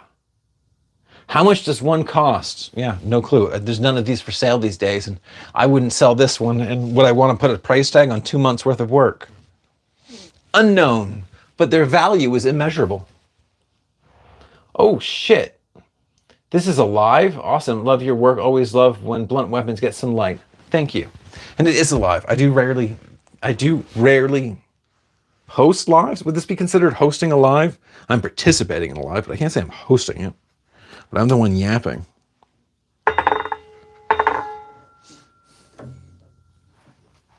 It seems random right now, but now I'm going through, just waiting time. There'll be areas where the gloss has diminished, which means the wood is taking all that oil. So I just slosh a little bit more on and wait. Right here. Can we see? No, we can't see that. We're just going to have to imagine it because it's gone.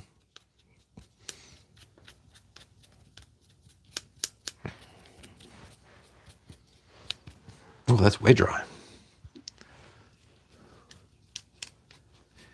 And at times I carry this on my shoulder, which is really dumb. I've ripped parts of my uniform already. It's sharp.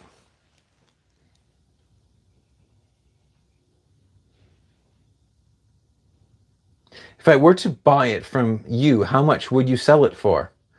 Yeah, I wouldn't sell it. That's the thing. And I paused with no understanding. When I sold, I hated coming up with pricing. I don't like the idea of having to put a money domination over my time and something like this in which I devoted like all of my time to. I'm still unable to come up with an answer for that. So I apologize. No clue. Thank you. I hope you do more lives. I really should. And thank you for that. Have you ever tried making or adapted shoes to conceal things? It's a modern to conceal things. I've trimmed the payment. Fun. No, I've never actually. The only shoes I've ever made are tabby, and I don't even call those shoes. They would just be at best socks. The first thing that I'll be working on for concealment will actually be a ninja scabbard. And I came across, I won't be able to find it now, my fingers are covered with oil, but it's a Shinobi Kodachi. And when you take the sword out, there's a tiny little area just inside. And if you pull this little tray out, it holds what would have been the size of money in the Sengoku Jidai. These little tiny pieces of gold. Also, at the other end, there'd be times where the protective caps could be removed and you could have secret messages put in. So I want to build something like that. Not because I want to send secret messages, just because I think it looks cool. So I'm guessing you have built shoes.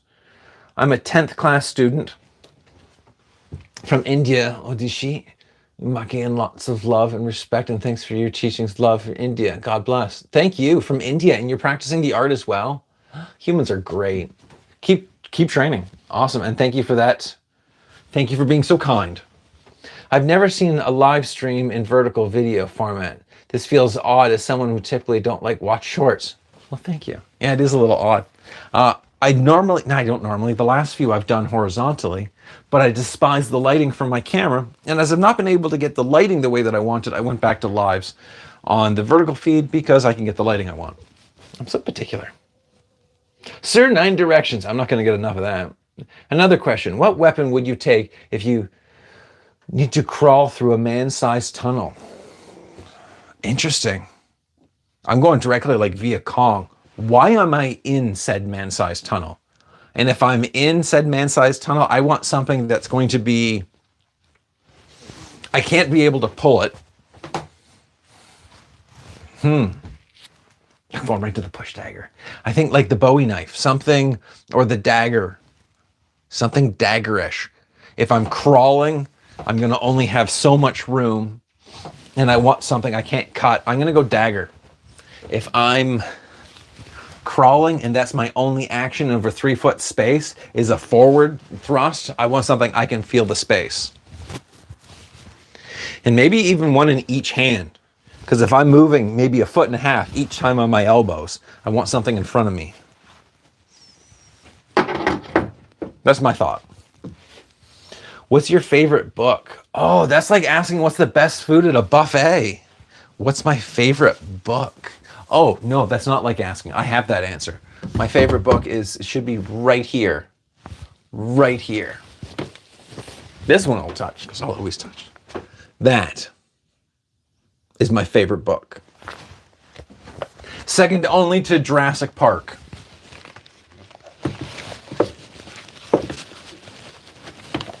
It doesn't want to go away properly.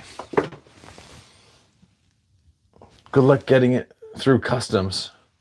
Yeah, none of it's going through customs. Could you imagine? Superb Kanabo, thank you. Real craftsman takes dedication. Indian push dagger is called a katar. Thank you.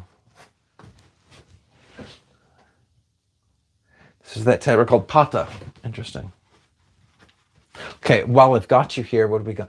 There's a katar that also has a small mechanism in which it's got the blades and then it opens up to almost a trident with 2 opens. Would that still be like a mobile, still considered a katar, or does that have a different name?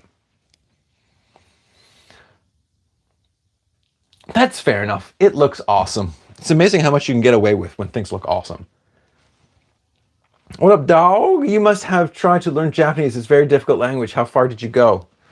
I was able to read hiragana, katakana, and I think I got up to almost 400 kanji for actual use of the language. At best, I was a primate. I had like that, bring, here.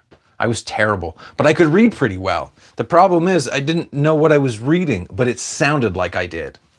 Language is really difficult for me. If I see something, for the most part, I can build it. Not a problem. Language is a struggle. And I found Japanese really enjoyable to learn. French, I had no ability whatsoever. Something about the structure of that language made it so much easier. Valid reasons. Thank you, thank you. Sir, can you please create a hand-to-hand self-defense combat training? Interesting. I don't need to create it. We already have so much of the basic. I guess my principle is that you need to learn the basic manipulation of the body, and then you then have to apply it in those moments of like no mind. I guess that's making a statement. I should be able to share those things. Thank you for that. I'll work on that. I would really like to share more martial arts on this channel. Name of the book. The image is reversed. Oh, why wouldn't it be? That is Zen Speaks. Shouts of Nothingness. It's a personal shout out, but on my channel, there's a horizontal about all of the books I like my absolute favorite reads, and all of the titles would be in that if you need more information. Zen Speaks. Oh, it's so good. Thank you. Oh, someone's already looking after all the questions. Amazing. It's still a guitar. A guitarina. Oh, there's something, but there was also a European dagger for fighting rapiers that had a spring loaded, and it was this very fine stiletto-esque edge, but then when you'd open it, it would open wide. I like mechanisms. Rich Giraffe, no problem. I seem to be decent at reading backwards. Yes, you've got multiple talents helping everyone. Do you do any sparring? Yeah, when ninjutsu, so you've got, it is sparring. You've got line drill, circle drill, and infinity drill. There's just some rules. When you're doing a line drill, you're only getting attacked in a straight line. They can't come to your side. Then you're doing a circle drill. Now they can only come from the side. You don't have to work back and forth. And then lastly is like Randori, controlling chaos. And then there's just no rules. They can come at you. They can use weaponry. They can have multiple attacks. Pardon me, multiple attackers. And all of that's done in free flow. But we do carry a very specific timing that's involved within it. A traditionally Indian weapon, yep, the guitar is a unique type of push dagger from the Indian subcontinent characterized by its horizontal 8-shaped handle grip. That's well said. Do you know what pets did Japanese nobles used to keep? I know only of the one that has an armored cat. I love that photo. It's not a photo, it's a scroll. He's in full armor and his cat's in full armor. And what gets me the most is the cat is in front of him, as if he's the one being led by the cat. Past that, no, I don't know what pets. I think the only pets I'd ever come across is cats, and that's only at a very specific time period. Because I believe before that time period, like no one even kept cats. It was when rats started to come through. Koi, oh, koi, of course they have koi, and they were considered pets. Thank you, Trank. What would I do without you?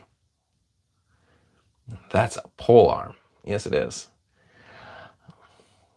Like how much you're talking in between. You guys are great. I'm not sure, but can you, oh, no, can you freshly cut bamboo staff be used to vault over things, or is it only once it's properly dried and ready? I have not worked with enough green bamboo, but normally if you're going to do a cutting demonstration, you want to use green because it's stronger. Going out on a limb, I'm going to say you get more flex in a green because that moisture would allow that flexibility. But I also know that in China today, they're still using bamboo to do the construction around buildings. The scaffolding is still used, like traditional method, and they're able to hold thousands of pounds. But actually pole vaults, wow, my mind went to no. I think that one of the nodes, if it's over a long distance and you get enough bend, I think it would snap, where a piece of wood has the grain. Oh, there's a wonderful video. Find out, can you end up covered in mud? Fun question. Let's find an answer for that. You got me on the Mechano Qatar pata called gauntlet sword, was someone used by men who had lost a hand. I've seen those, and it's just like this bulbous head that, yeah. So I came across, it was the Berserk, doesn't matter. Anime, dude loses his arm, covers it in steel, workable. And then find out there's an actual knight in the medieval world that had lost his hand, and they made a mechanical device for him. Some people just don't want to quit. They're just not going to stop. You cut their arm off, it's like, no, I'm still going. Spring, yeah. It's fun with our hyperfixations on history. We can miss out so much, but there's so much in the world. That's a noticeable flex. Do you make kunai? I do. I keep calling you Rich Giraffe. Yeah, that's accurate. I make, so multiple kunai, because there's, you can't go wrong with like what I would consider a standard like anime style kunai. And I say it's anime because it's far too thin, it's bladed. Then it goes to what I would say is a traditional style kunai, depending on what type of ring that you're looking for. But that would be the bamboo leaf. So yes, I do, but I want to make more. Armor for your cat. Yeah, koi are pretty expensive now. Imagine the same to be true then. China seems to be stronger than the actual building. What microphone are you using? Sounds good. I'm using, what am I using? Oh, it's the one with the electric tape over it. It's a Rode. R-O-D-E? Yeah, that's the one I'm using. It's the little cheap version. But yeah, it's a really good little microphone. And I don't do plugs for people. With due respect, I want to know, which is your best primary favorite weapon that you can use at close eye sleepy head condition? Ooh, sleepy, like you've just woken up. Geez, I would go directly to Sai. Sai seemed to be always my favorite because I know I can guard and attack quite quickly. And even in a bit of a stupor, I can just keep these ahead of me dual-handed, where I would want to argue I'd be really good with a katana in a stupor, but no, I'm not. I'd still be laying down. Where a Sai I can at least still use sitting at a close distance. Yeah, I'm gonna say Sai, but I'm biased. I really like Sai. Can I be even more biased?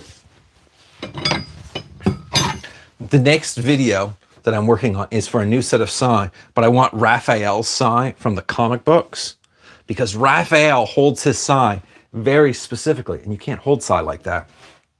But his are sharp, and these ones are going to have spikes on both sides. I'm really excited with these. These will be the most historical set of Sai I've ever made, and I spent the time to make sure that the pommel was going to be in place. So I guess there's no surprise. Yeah, I think I feel most comfortable with Sai. I like that question. Plus, no edge alignment needed with the Sai, right? You know exactly what's going on, you know where the spiky bits are, and you know where the yoke is.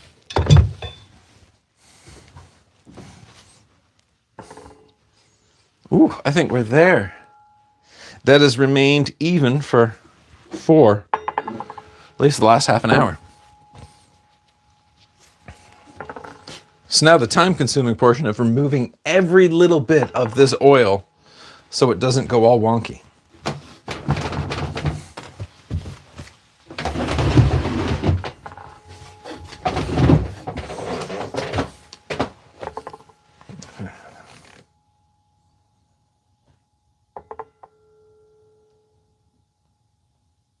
Oh, could I hit?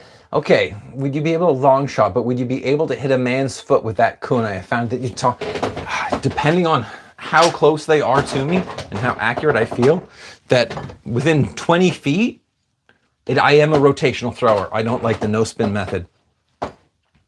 I'm confident I could get them to move. Would I have actually hit their foot? I'm gonna say 1 out of 3. I just learned that Vega from Street Fighter is a Spanish ninja. I read that as spinach ninja. Is there any background on the 3-claw gauntlet? Yes, there is. His gauntlet specifically is very, I was looking at it last night. There is two types of claws within ninjutsu heritage that are just weird. One of is the one you're speaking of. And it goes 3 blades and it comes up and it curls. It doesn't arc, it doesn't bend right over. It curls. So it's almost that you could hang over a pole for some reason. I don't get it, but we've got historical, we have reference to it, and my thought would be, at least in the imagination, if you get a hold of someone with that, as long as they don't move, they're safe. But like a snake's tooth, the moment you try to pull away, you're hooked. And with his Vegas type, if he ever gets hold of someone, that's it. They're done. He can apply any next technique he wants because that tool will hold you in place. So yeah, it's pretty cool. I've heard it's now believed that maces were more effective against unarmored opponents than armored ones. To the best of your knowledge, why aren't there more maces, blunt weapons in Japanese history? I immediately go to, so there's a concept of island nations. Japan fits because they're an island, but the Mayans follow that same aspect. They're not so much an island, but they were just totally away from everyone else and their influences. I really have to question the fact that blunt instruments were not highly used. Was their way of warfare, was their style. At one point before the Mongols came in, it stated that they called out, if you weren't high enough rank, you looked for people of your rank. So you'd be having conversations on the battlefield. It's like, who are you? Oh, you're useless. Go. And then you introduce yourself. There seemed to be so much of a, what word am I even looking for? Like a kata, like a form, even within that, to show that if you're beating someone, you're beating them very specifically.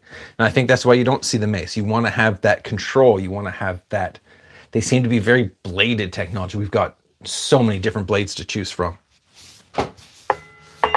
With that stated, have we just not had the same history given to those blunt force objects? Because a Kanabo, I've never heard much about these, let alone be able to see much. And it's only in 2 books, I think, that I own, that I have reference to it. So I have to also question, do we just not keep, or do we just not have great record of all of the different mace type tools?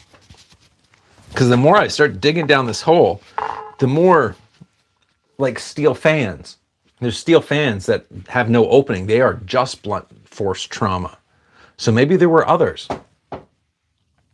Rich Draft, thank you for staying so long.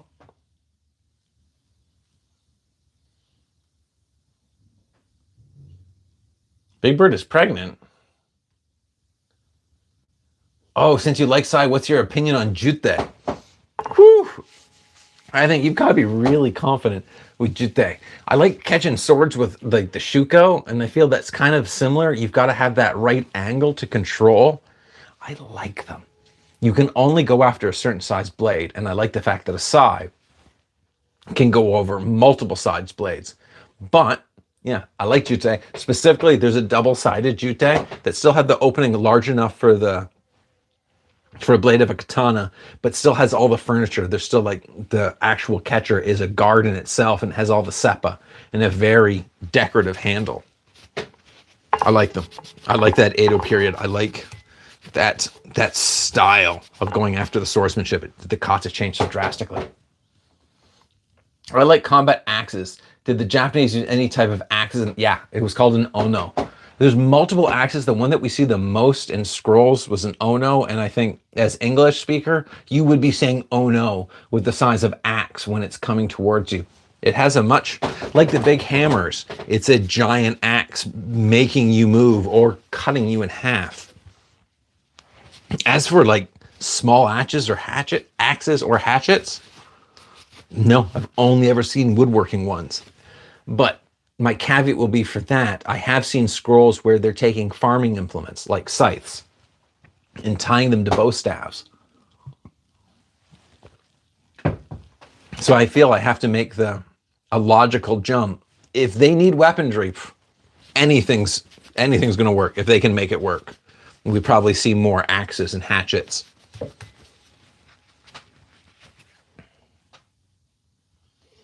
I've heard that Japanese also kept themselves isolated from the world. They said that any Japanese who traveled overseas became impure. Yeah, they sure did. They kept those borders closed for so long. Then they opened them for a little bit and then closed them again for a time. Bang, bang, bang. Again, island cultures, they change. And if you do, you can make a real argument for it, though. If you do change, you grow. And if you've grown, you've changed by definition.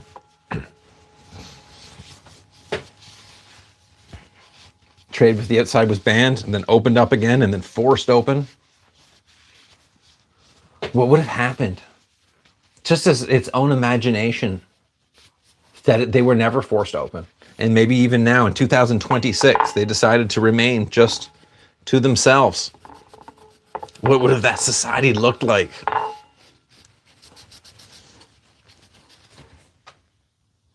A mix of practical and cultural reasons, and maybe they don't survive since the weapons are usually not purely metal. That's a very good point. And if they're not purely metal, just go to the side.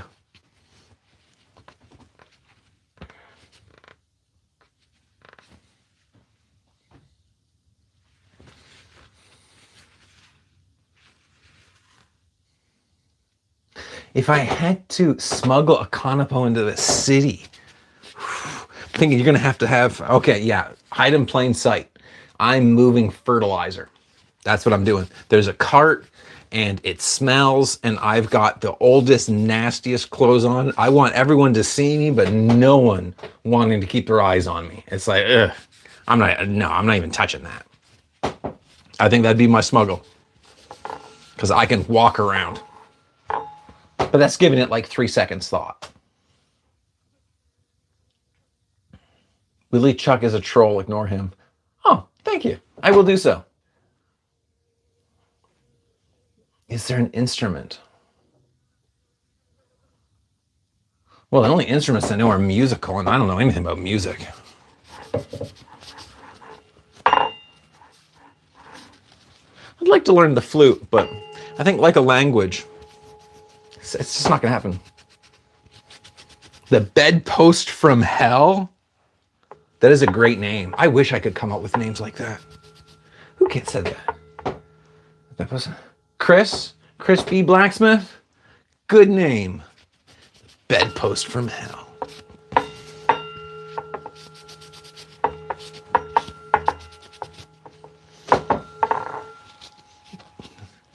I don't think I used all 88 nails on this project, but at these moments when I have to oil and remove every bit from every nail, it sure feels like there's 88. I have a theory for the lack of axes. The wife array of farms of Yari have blades and the sides that seem to fill the role of axe halberds. Oh, that's a really good point. It wasn't really chopping, they were more about slicing attacks. That's a fun point. Do you know Masaki Hatsumi? No, I never technically was ever introduced to him specifically, and I was never allowed to punch at him, which was always sad. I've happily been able to train with him, and I have some of his kanji, but never got to hang out. So no, I do not know him. It did lead a massive cultural exchange and upgrade of their engineering of firearms and other technologies. The Meiji Restoration and era of darkness started in Japan, all sorts of accumulated. Yeah, what a time change. What I go to most often is, this is when the Portuguese would have come into it. They brought firearms. That means at one point someone brought a firearm to a blacksmith and said, hey, can you make this? And they had to figure it out. And what they made was not only incredibly artistic, but quite accurate. What a time period to... I still like just the swinging things.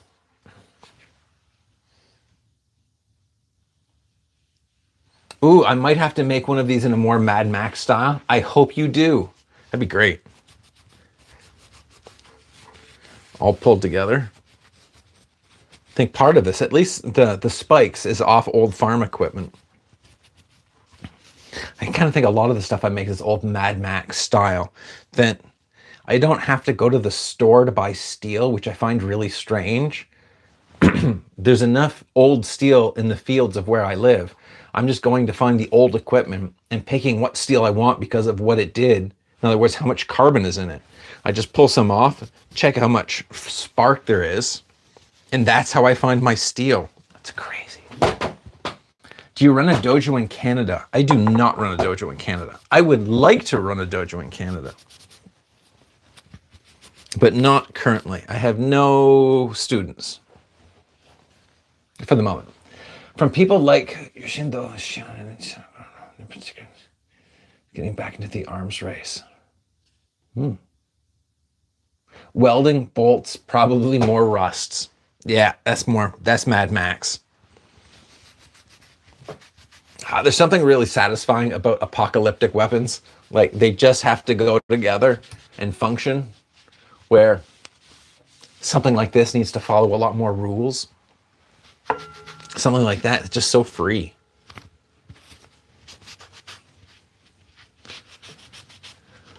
Side note, now, once this is all wiped off, that is 30 days of drying for this raw linseed oil to actually hold.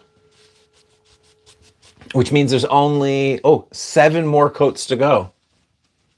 But I feel after 10 coats of really thin, we're still going. We stopped for a moment. I don't know if anyone knows.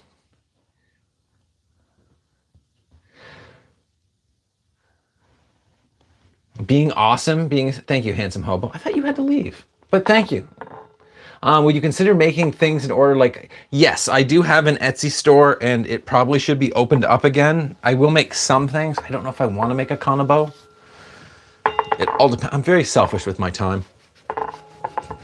And there's just so much to do.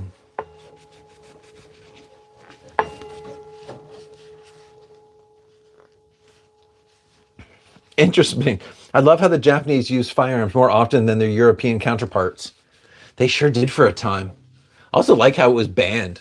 And how, from perspective, there was a samurai that was stating he really liked the use of firearms because it was loud. He knew that he was being attacked. He found the use of a bow and arrow almost cowardly. They made no noise, and he just wasn't a fan of that.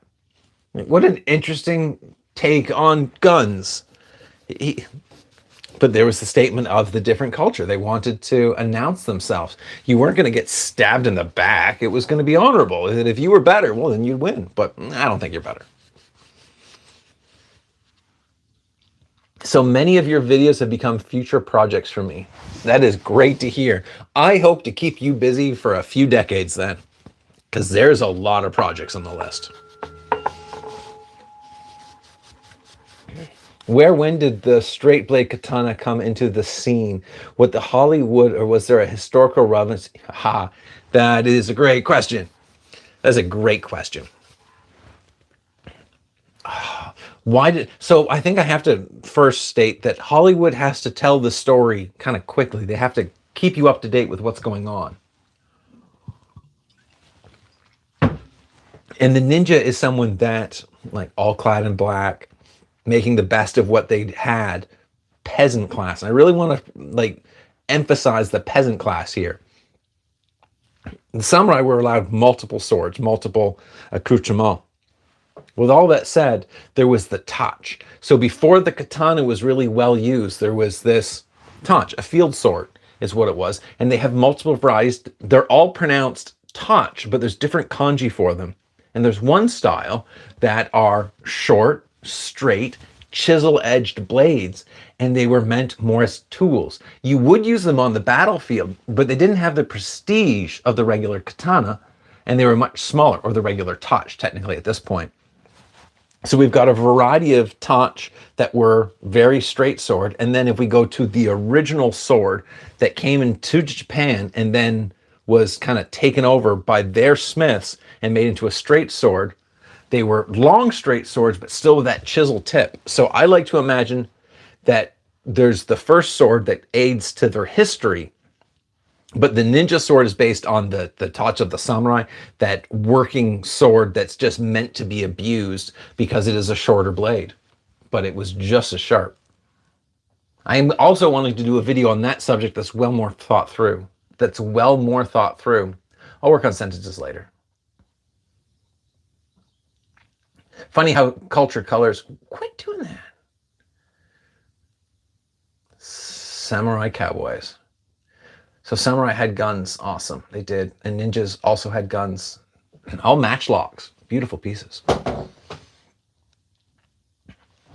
I mean, theoretically, time period was a samurai and a cowboy could have walked to the bar. There was a movie of a samurai and a cowboy, and the samurai had to, I think he had to put like 8 knots in the sageo of his tanto, as he had 8 days to remedy whatever the problem was once he arrived to the West.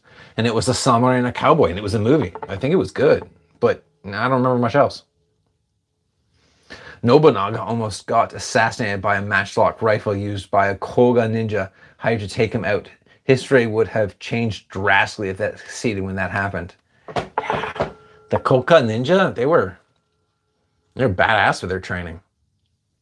Oh, how many things could have changed with just one person being successful in their mission. It is a nice baseball bat. Thank you. I think the other baseball players would be jealous. What would be your advice for someone in Britain with a karate experience who wants to self-study ninjutsu? Ooh. Well, if you're karate budoka, first you're going to have to work on your punches, because you will have super rigidity, which is great for what that punch is. And now you need to blade that. Oh, you're going to need hours of training. Like just of the movement, of the throwing the punches. But for personal, Sanshin kata. If you've already got a kata basis, you can put it into YouTube. Find a good, like an old Hatsumi, preferably black and white, ninjutsu video of Sanshin kata and practice the Sanshin. 32nd Grandmaster used to say if you understood the Sanshin, you'd need nothing more. Because it does have the 5, it's got multiple, more than 5 hits, but basic 5 hits, 5 movement. So it gives you all of the ways to avoid your basic strikes. And if that's going to be your self-study, I say like take 6 months, focus just on Sanshin. And then you're going to have to start attending the odd class. And really, like all classes, you go to a class for a couple hours and then it's your homework time. You need to do the rest of that training for yourself.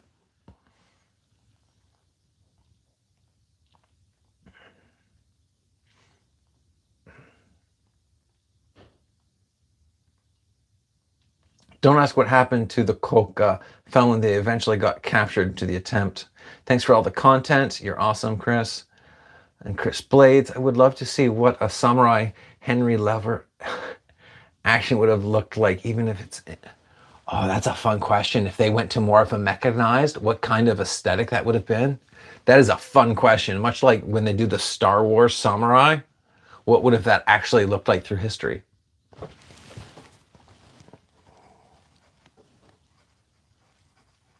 It's fun inspiration. The shot did hit his collar armor like it was a miracle. It didn't connect. Oh, seeing some of these old samurai, like their yoroi, and how riddled they are with musket shot. Some of them came awfully close multiple times.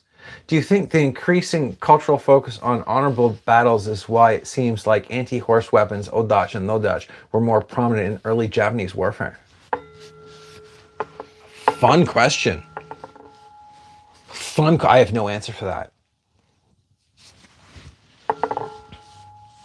That's a fun question. I was reading of the different lengths of spears. They can range from 3 feet to 19.8 feet. But the statement on that one, practically 20 feet of spear length, that it was for ashigoru. And it was apparently for an army that wasn't known for great quality, but they needed the distance. I'm going to say there's a potential. There's a potential. I like that question. I'm going to ponder that, Tranquil. Cutting bamboo versus cutting tatami, which is better for practicing cuts? Okay, so I'm going to say it would be in order if you cut tatami, just the grass mats, and then you cut bamboo, just the green bamboo, and then you wrap bamboo in the center of the tatami. It was said that you'd put bamboo in the center of tatami to simulate a true limb with a bone surrounded by meat on it. But for true practice, I think I'm wording it that way because bamboo, you can break your blade. It's brittle steel, and with the wrong technique, you can mess it up pretty easily. With a tatame, you're less likely to mess it up, and it's really going to show you which side of the sword you're gripping. Because when you're holding your sword, you are squeezing it as almost if you're drying out a towel. And the tatame, as it's cut, it should just stay in place if you've had a perfect cut. And you watch how that tatame reacts after every cut. And it's just absolute amazing feedback to let you know where your technique is. So tatame, bamboo, cord tatame. Red Sun, Toshiro Mufuno, Charles Bronson. Red Sun, that was Charles Bronson? Thank you. Tatami is closer to human flesh, but a lot more expensive. It is a lot, and it's kind of gone crazy in the last few years of price. I'm really lucky as I have I don't know what to call it, a source of reeds that I can bundle and cut, which acts much like tatame, because it's nuts, it's so expensive. Yeah, the difficulty here is due to our laws on weapons and the weaponry, basically anything that can be categorized as an offensive weapon. So I'd be trying to think about how to adapt existing knowledge to that. Oh, I get you. I can't say I know exactly what your laws are or what you're going through within that. It's been yeah, that's a fickle place. Sir, 9 Directions, you're too kind. Thank you for doing this live stream. I had most interactions with an awesome creator like you as a treat. You are too kind. Thank you so much. Keep being awesome. That's practically a pike. Yeah, apparently a pike is just a little bit longer, but it is a pike. But in pondering it, if you had a group of 10 people and like 3 of them had pikes that long, and then the next have like 12 foot, and then the next have 6 foot, you could have a hell of a team going around. Again, I think with the Kanabo, I'd want a team to go through because this is going to create opening. If I got someone with pikes, you can sure get into spaces from a distance. Hello, Gray. I found your channel last week because I saw a YouTube short of your Kanabo. Did you get that made or make it yourself? I'd love to get one. Thank you. I made this one myself. If you're interested, there's a whole horizontal of the production of this one, and then you can make your own because they're worth it. They're a lot of fun. I'm biased, but they're a lot of fun. A unique black powder weapon I think a samurai could potentially have used of around the time of learned revolver, a 9-shot cap and ball, a second barrel that is a shotgun. That's fun. In Trigun, like the original Trigun, there was a samurai character that had a rifle within his sword scabbard. That's a fun design.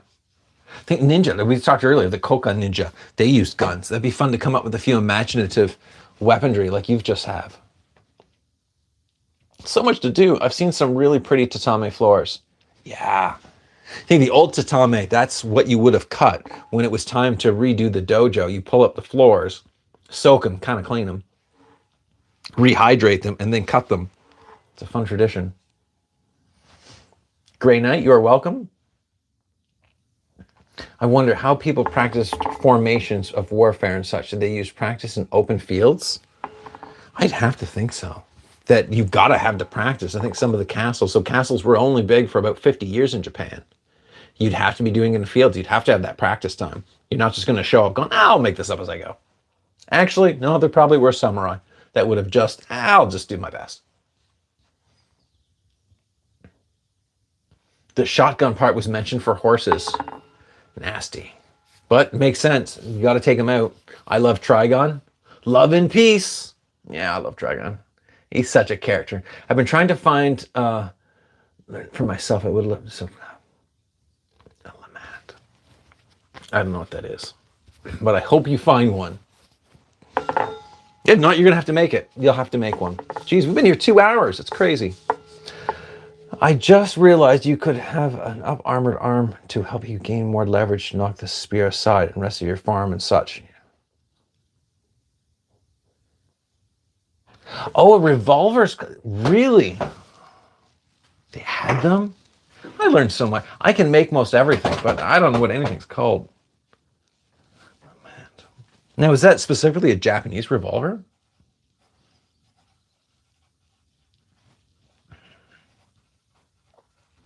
Just use shields. I haven't seen a Japanese shield ever.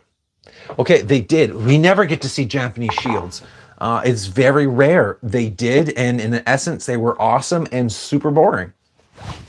I think regularly they were as tall as a person, if not just a little bit taller, closer to, I hope you know, Imperial, 2 feet in width, usually comprising of just two pieces of hardwood with a center board running between them.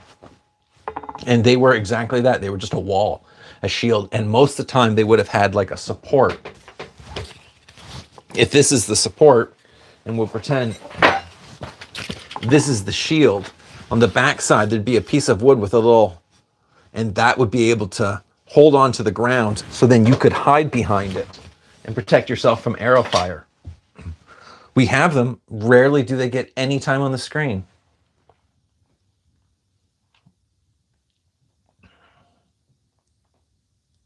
The black powder revolver is real. That is awesome. Lamat was, I believe, a French designer pistol. Had a crazy barrel, and I believe it like a shotgun blast. Amazing. How would you prefer us to address you? I really don't care. Maybe not derogatory, just nicely. Yeah, we'll just stick to that. I really don't care. 9 directions. Hey, you. I'm just a nobody, so I don't really care. No, I just feel like they would have used them if they had them at the time. Yeah, I think why not? I had a woodworking teacher that would always make this statement: if Michelangelo had access to a chainsaw for carving, he would have used it. Yeah, these tools really give us that next advantage, and we're always looking for the advantage in this. The gunners hid behind the shields more than they were used for melee. I think so, but I don't know if they would have had them, because the Sengoku Jidai had guns and they had shields. So yeah, they would have had gunners hiding behind shields. I always think of them as archers hiding behind the shields. Like there's a shieldman carrying and then hides it for an archer. You've seen them used with the arquebus. Awesome. Prof, thank you. Hey, love your content. Thank you. I mean, Ishin, the new student. Oh, I like flexible tool person. And I love all martial arts. They're pretty great. I have a question. Where can a man get some kakute? Thank you. Kakute in Canada are also illegal. I made a set that just kind of slip under the legal because you can't puncture anything with them. So yeah, no clue. Probably the States. I imagine somewhere in the States you could get a really nice set of kakute. And Japan. I'm of no use to you though. But good luck with your Ishinari. The Lent never managed to enter mass production, so they're very rare, but their revolvers and unique underbarrel attachment. You have to look those up. It's noted. 9 shots of 44 caliber.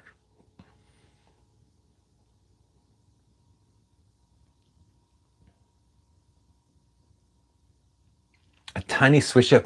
The ingenuity, yeah, that's the word. Archers with shields also make a lot of sense. I agree. I don't want to just be standing out in the middle of nowhere. I think we're getting close.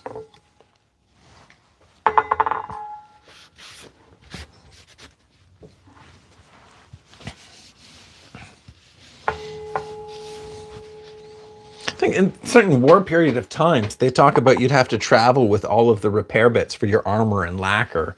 That would have you just gone to local blacksmiths if you had real issues? That just to imagine, there'd be people sitting in the middle of fields just cleaning their tools and repairing them because they won the war, but they didn't come out unscathed.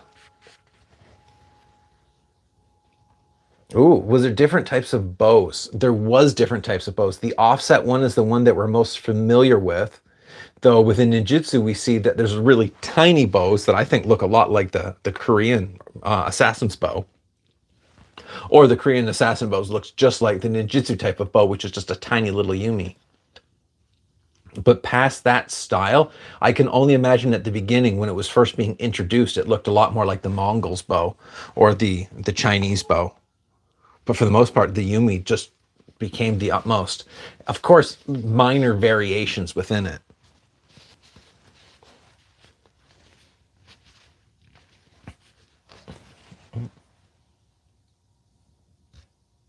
First time I've ever caught you live, but love the channel. Thank you. I kind of rarely go live, so I'm glad you made it. So they're passive shields, not like the target heater. No, they were all huge shields, no little tiny things. But then it was also stated that the wakizashi was technically a shield. You could use those hand tools as shields. Not as we would really understand as a shield, but as a defensive tool. Well, in the Civil War, they had blacksmith wagons.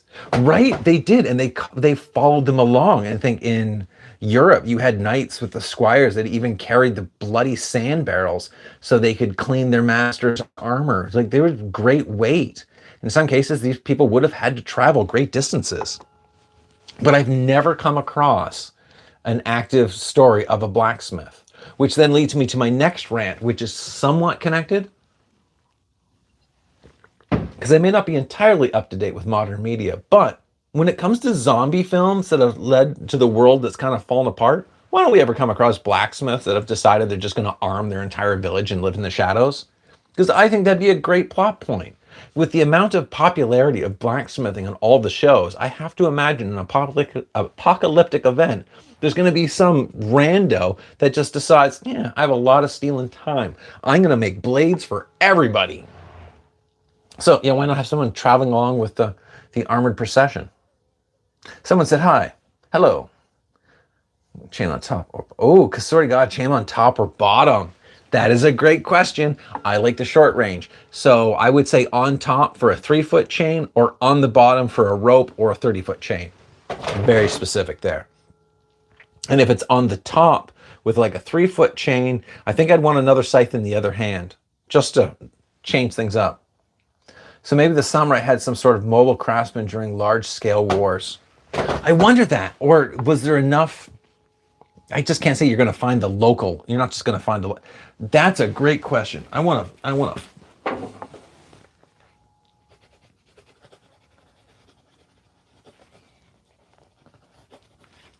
There's so much to do. How can we ever keep up?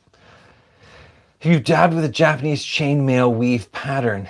Yes, I have. I am working on a chainmail weave right now, which I think this is fun. It needs to be changed slightly, but this is the Southern Barbarian chainmail. So I was looking at the 4-in-1, which I think is aesthetically super pleasing. But then when I started stabbing through it, you can get shuriken through a 4-in-1, no problem. But it's very pretty.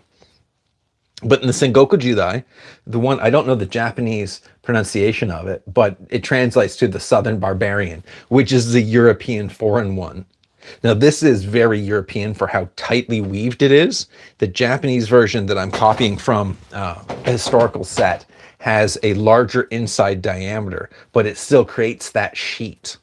I'm also working on a 4-in-1 and a 6-in-1 with the hexagonal? Yeah, hexagonal sides. But I don't have the wire weave for the center yet. I'm lazy. Shields work as passive defense, but swords and daggers work as active defense. That's the word. Yeah, I like active defense. Shield is almost asking you to attack it, where the swords definitely are not giving that same understanding.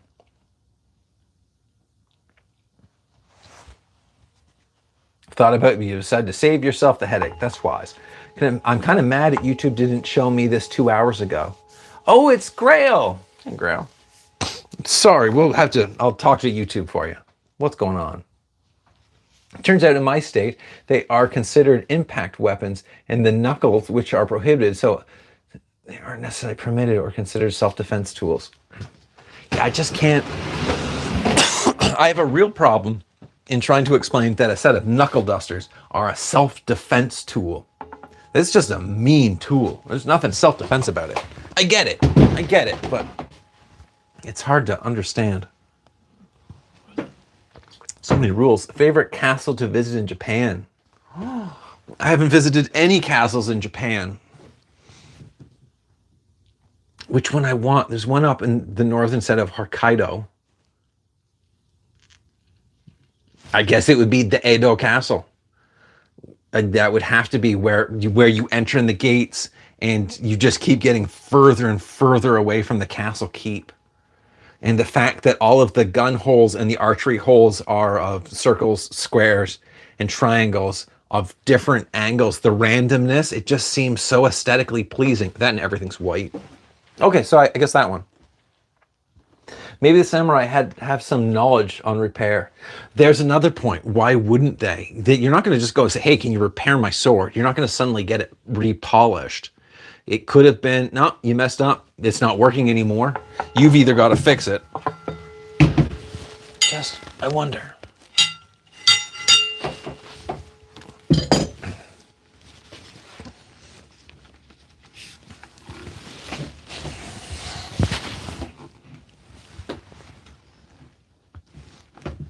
Oh, it's becoming so rich looking. Okay, now the handle. I find it just easier to tie it up. It doesn't keep its balance well, and if it does fall, it's not going to break, but if it hits anything, I think I'm in trouble.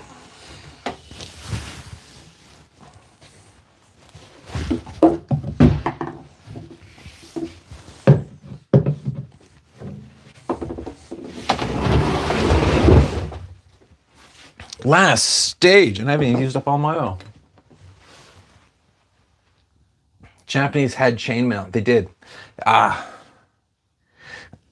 They did.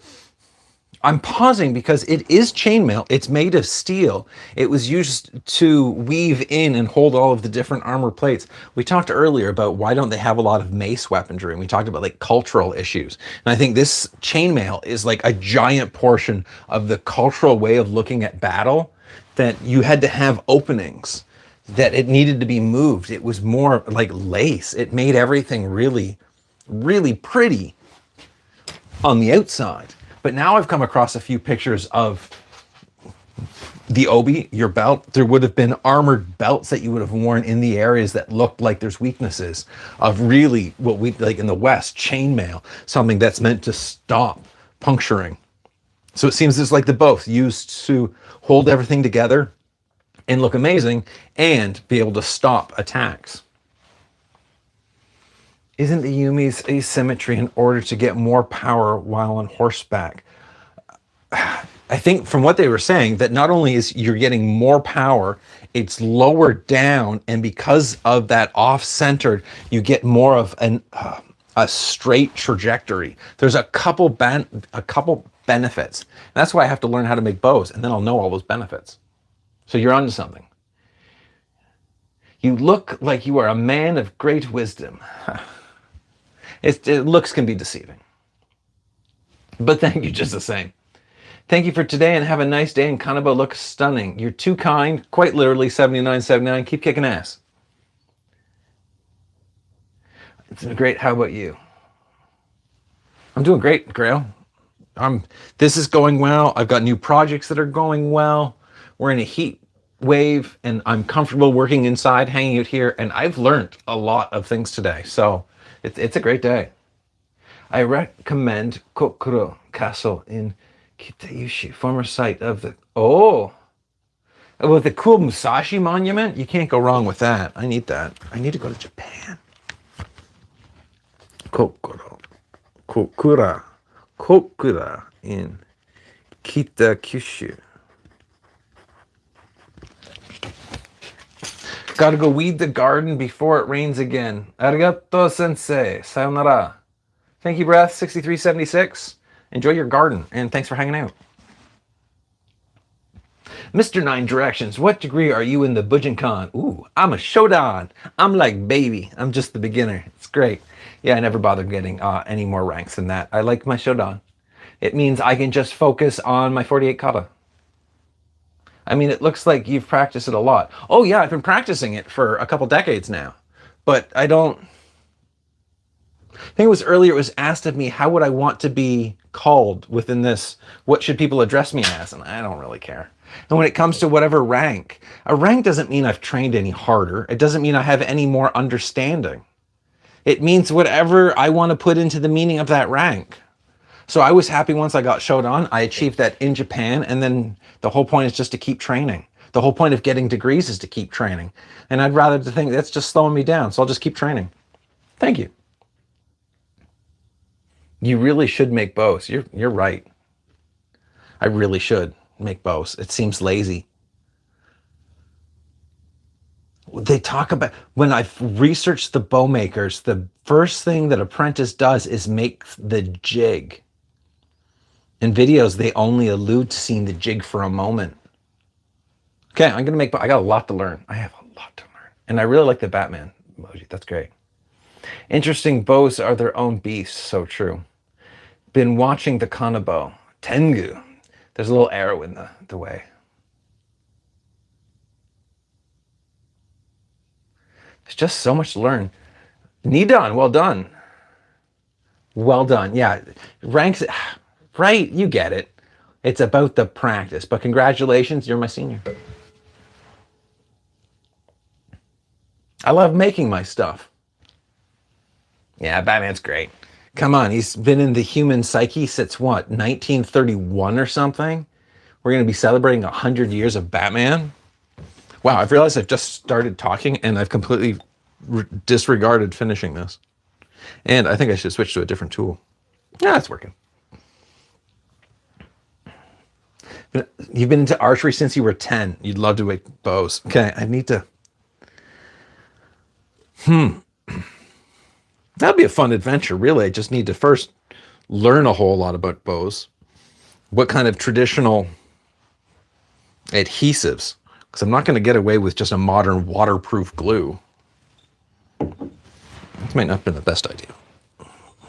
But powering through.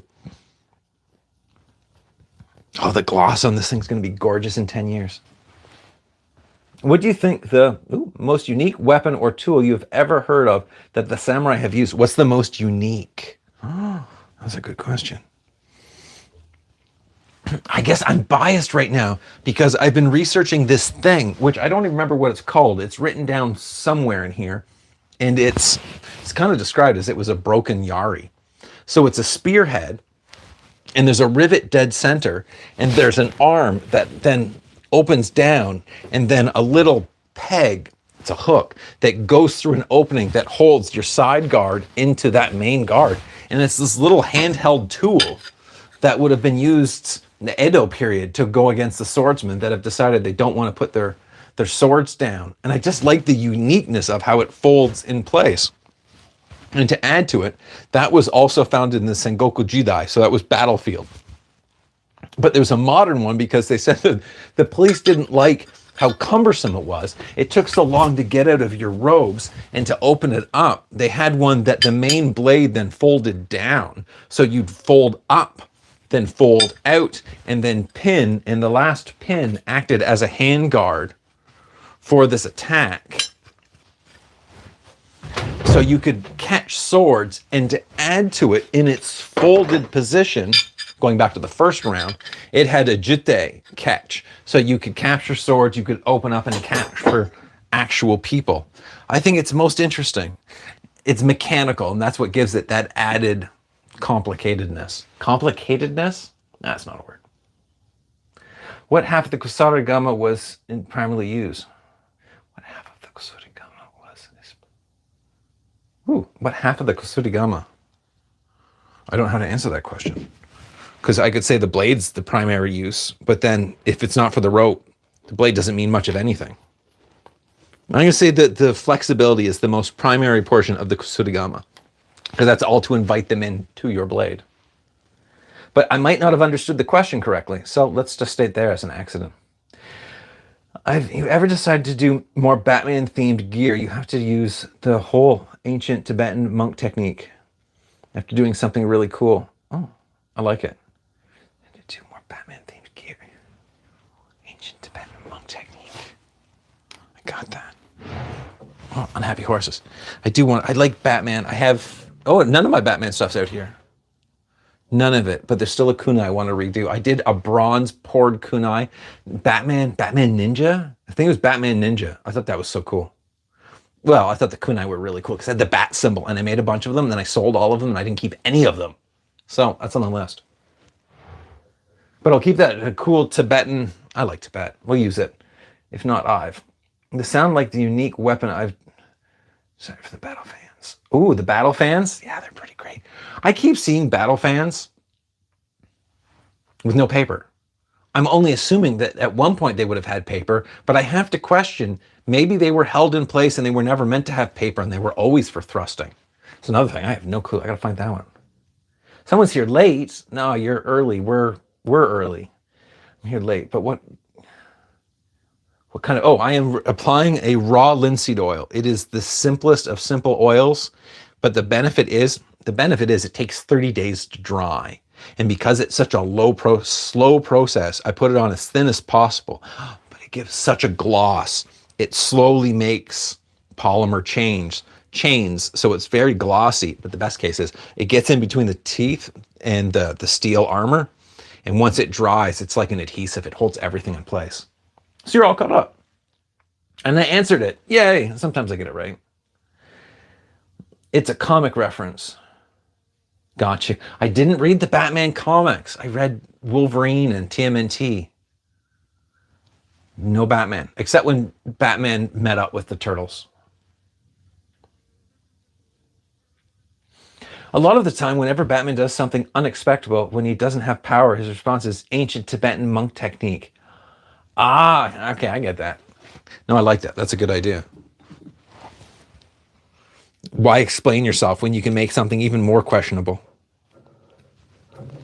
Okay, I can't see anything anymore. There we go.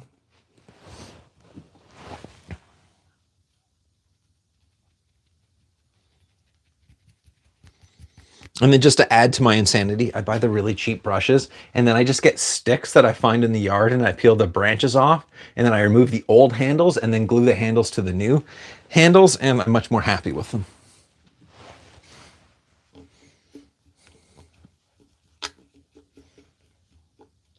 Paper also decays. Yeah, right. Say a comrade decision at the battle, maybe the paper was meant to be changed out. Yeah. And I think a good strike with one of those with paper, that paper's not remaining anymore. I just know that there's iron fans that are just the shape of a closed fan but has no working mechanisms. So of course has no paper. It's an interesting question. Okay, now we got to wait on that, and that is the last piece to be waited upon. Water.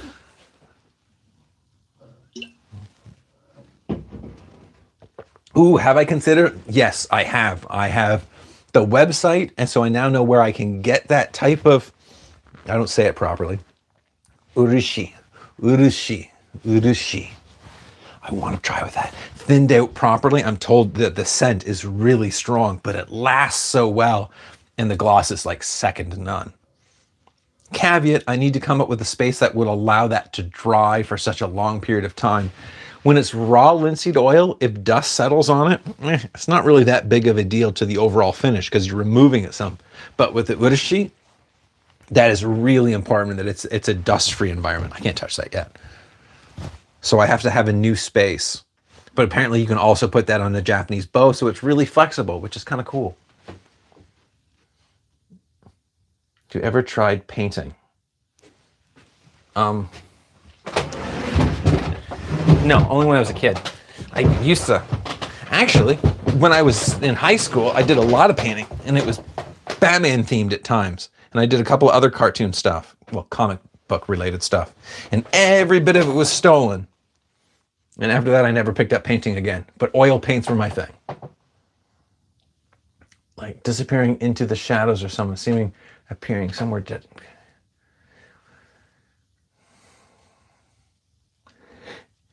I like that. Gotta piss off Superman. It was used to fund old. Fun, okay, for the old rifles. It's just used for everything. It's still used today. Maintain a dust-free environment in the age before air circulation. For the most part, from what I've seen that they still use today, they have special cabinets that they just open up and put their stuff in. I'm assuming they're sealed and there's no air movement, so there's nothing that can get into them. I know every time I've seen an artist talk about it, they just open the cabinet, place something in and close it, and the cameraman spends no time on it. So I can't say, maybe there's a bit of a vent in there, but if there's a vent, it's going to allow dust to go in.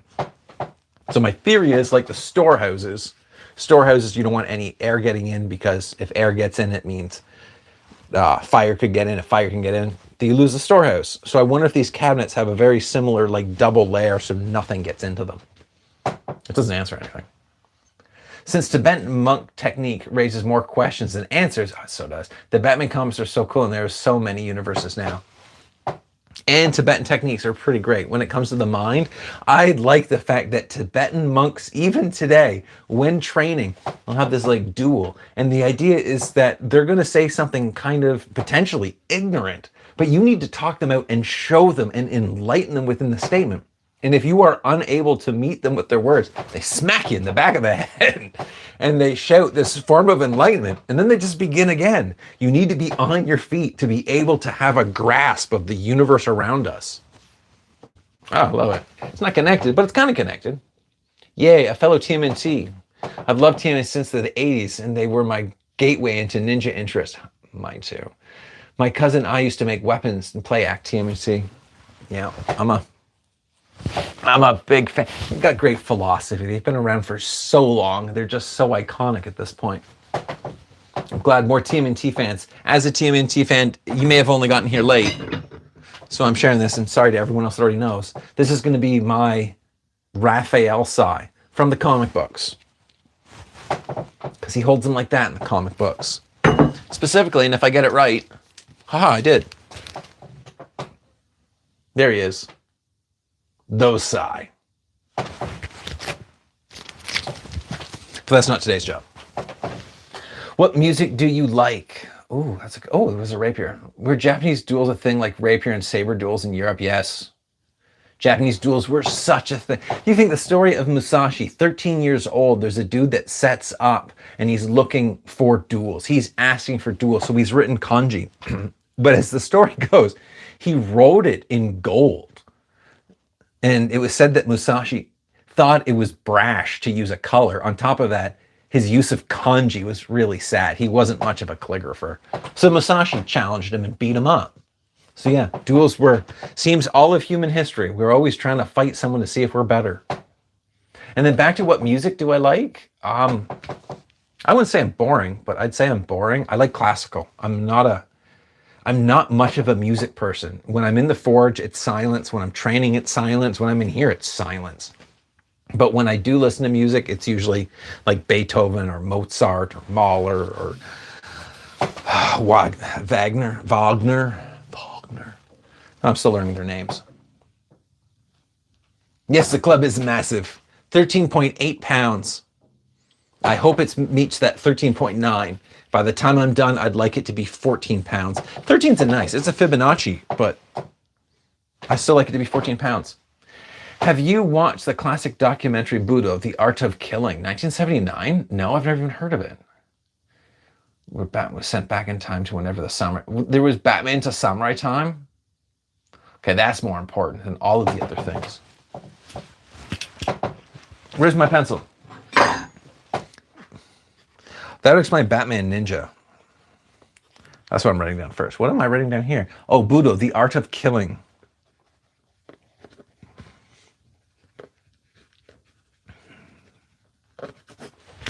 That's 3 films now. Like I love Beethoven. You can't go wrong. With the classics, you just cannot go wrong. And there's energy in all of them. There's a power. Though currently my absolute favorite, and I do not know the composer's name, and I feel bad about that, but it's the Symphony of Planets. It's on YouTube, and there's a dude on the front that just looks like he's ready to conduct. And if you want powerful music, classical is great. It has its place, but I feel the Symphony of Planets, that's power. And the end is just haunting. Janice is here. What's up? You're on the board? Haven't seen you for a while. Here's some wise words. Every time a sword exists in history, people have tried to fight each other with them for sport. Yeah. Why do we keep doing that? Why can't we just make cool stuff and say, hey, what do you think of my cool stuff? And they go, I like your cool stuff. What did you make? That'd be so much more pleasant. And yes, I do stream. Just I don't think in the timeline that you've been part of the membership. Computer's on.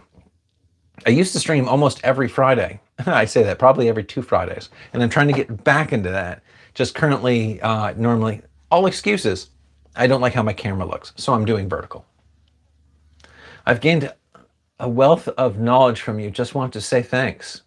Bat country. Bat country? Awesome. I'm glad to hear that. I'm glad to share, and then you get to share with someone else. It's fun. Because like I said, I get to learn so much from everybody here. I like music without vocals as well. Now there's some, oh, okay. Daft Punk. If I'm in the Forge and I want music, Random Access Memories would be my favorite. It's, I think, almost their latest. But their beat is really great for forging. It's just so fast. It keeps you going. But yeah, without vocals. Prefer even. Yeah, I said hello, hi. Mozart is your favorite? It's just, I don't understand music. I can make so many things, but to hold a tune, to create a line of music, my hammer hits. That is as musical as I get. And every once in a while, I'll just let it drop on the anvil, and I think that sounds like music. Ode to Joy. Ah, it's so great. Gustav Holst. Oh, Gustav Holst. Like, you even know, like, one of my favorite composers, and I know no one's name. Gustav. We had a German trainer here earlier. This is my noteboard, so when it gets full, I just turn it 90 degrees and then fill in the blank spaces. It's not a bright idea, but it's how I write notes.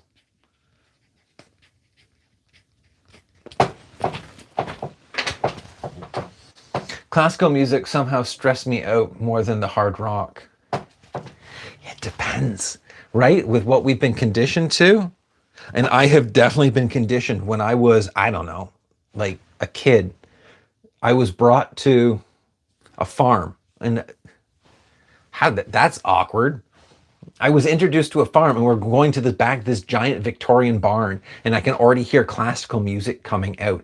And as you get to the back side of the barn, thank you for Flow State. You get to the back side of the barn, and it's this giant opening with all windows, and it's a blacksmithing shop.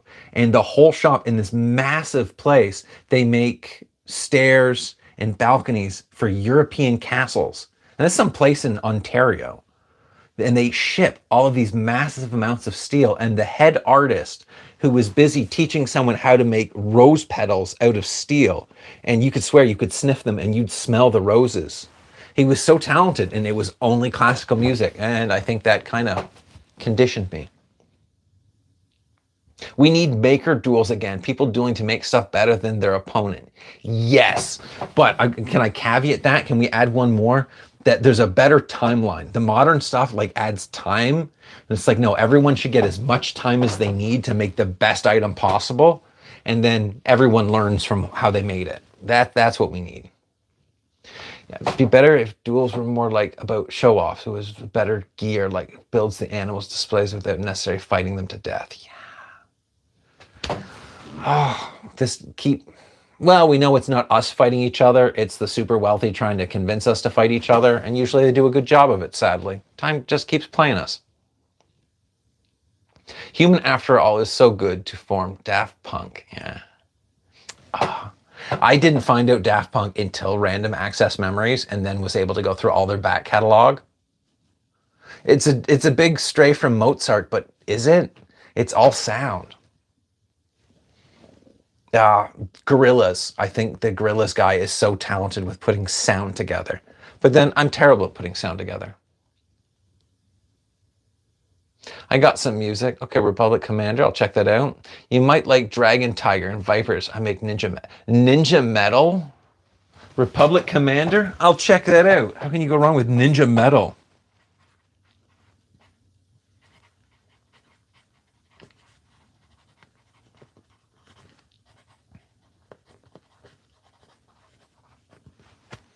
I'm assuming that's on YouTube. I will check you out, Republic Commander. I highly recommend the Norwegian Chamber Orchestra's rendition of Bala Bartok's Romanian folk dance. Huh. Hidden One sent Flow State. Thank you, Hidden One. What is this? Bala Romanian.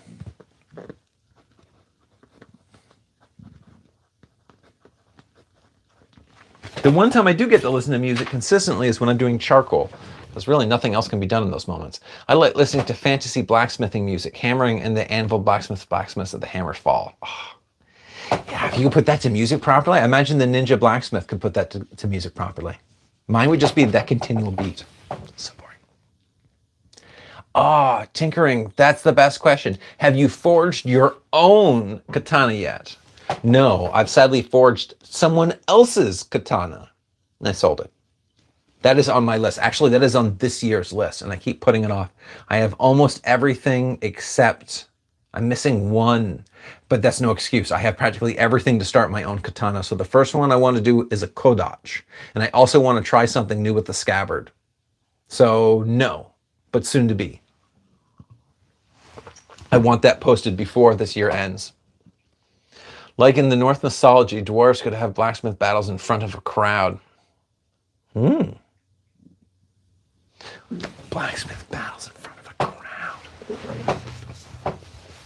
Yeah, that's where we need to get to. And then share all that information. I love gorillas. Yeah. We are almost there. No, there's no way. Can we see that? We're seeing the gloss, but if you look, which you can't, right around the nails, it's just a little bit thicker. I'm guessing I just can't get the cloth as easily to it. So now this is the time-consuming portion, but we're so close to being done. Dwarf metal, heavy metal, Mozart.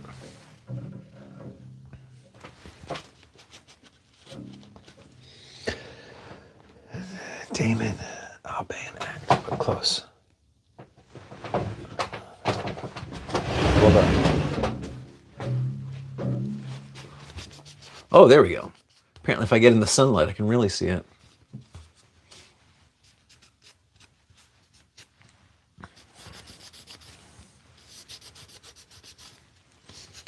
If I do this correctly, this thing should so outlast me by a couple hundred years. The shanties. No, I guess I don't listen to any shanties. Though where I live, there is a lot of shanties to be had. Maybe it's because I'm a terrible singer. That could be my excuse for not giving into shanties. That Kanabo would easily break a traditional sword if hit with a full force, I think. As long as that sword, like if we mounted it in a vise and if there was enough strength, yeah, I think you're right. I think this thing would just totally, I think in most cases it's just going to knock it out of people's hands because of the amount of force coming down. But with as brittle as they are, this thing's not going to care of how much weight's going in front of it.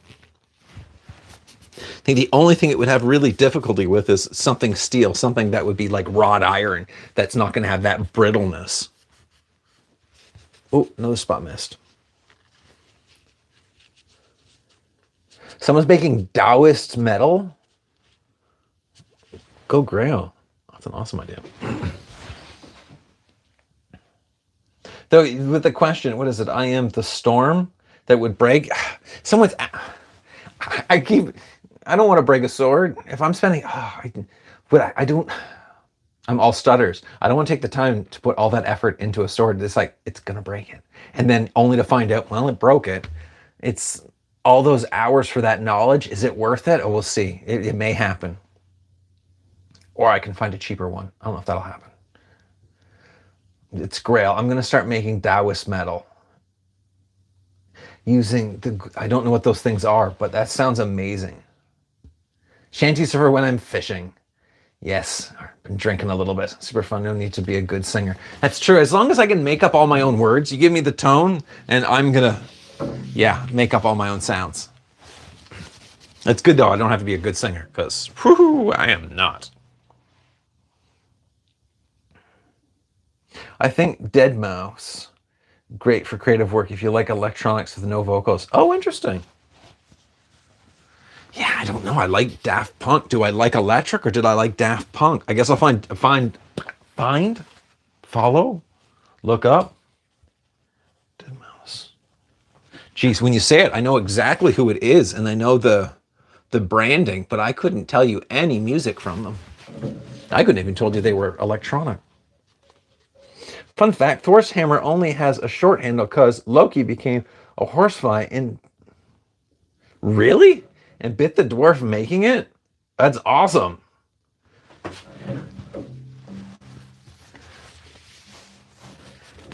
That's I didn't know that. Oh, mythology is so interesting. Yeah, someone arms should have been give before the sword shattered or chipped.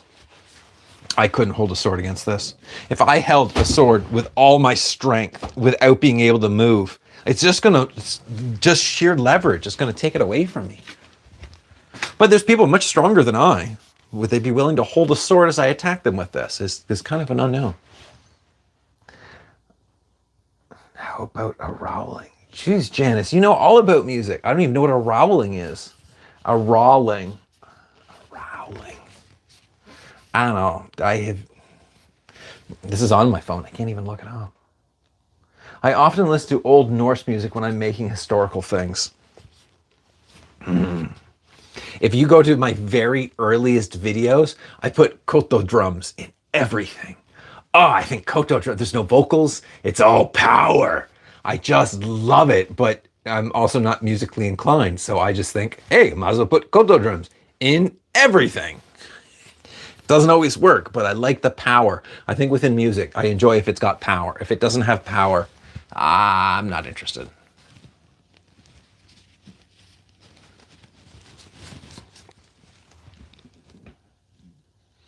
Electronic Magnum. Have you ever looked into Aztec armor? Ooh, been learning about it recently. Very unique. No, I've never looked into Aztec armor. I've enjoyed their culture, a lot of their art, but not their armor. Aztec armor. Kind of lost in scale armor right now. I kind of glossed over it. I'm glad you're listening. Sorry, Chris, Blacksmith, Norse music. I like that quality. Listen to the old stuff while making the old stuff. It adds a certain zhuzh to the whole experience. Just heat treat a piece of metal close enough to the thickness and smash it. No need for sharpness to see if it would smash a blade. Janice loves Old Norse music. You know what? You've got a good point. I can't see your name though. 15. Vince. It just needs to be high enough.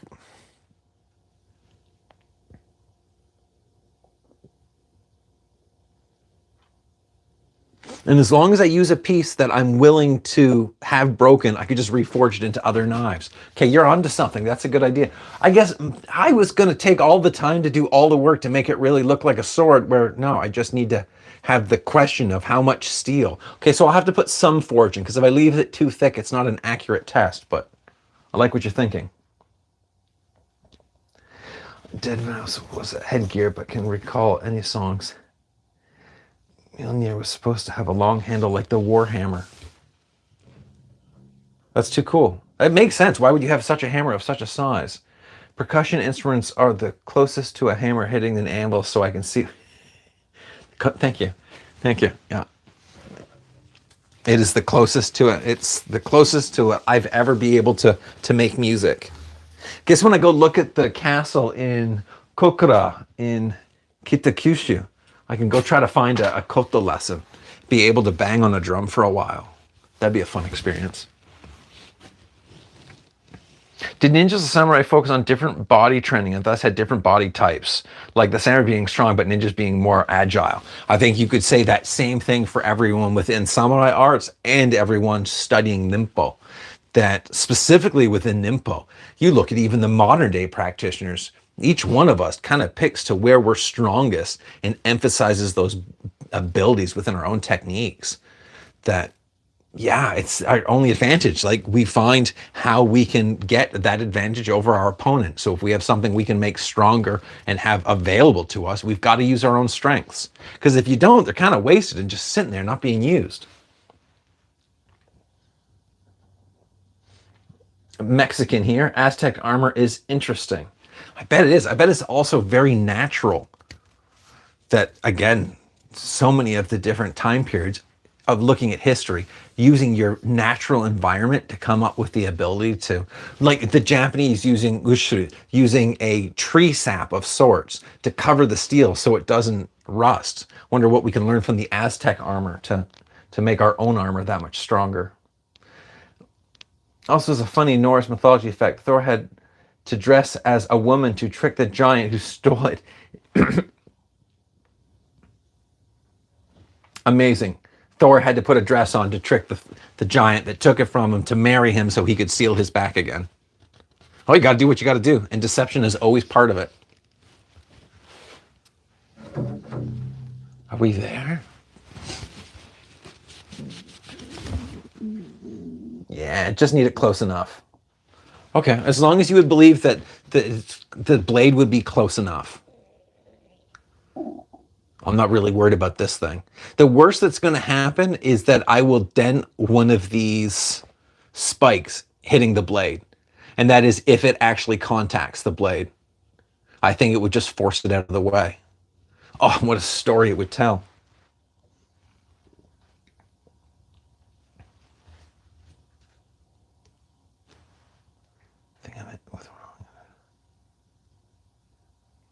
Translating the German word. Awesome. Thank you, Janice.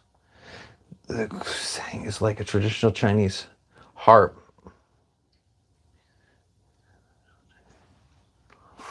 Hey, Grail, that's a good point. Okay, if we're talking about Chinese, no, it's a Japanese information.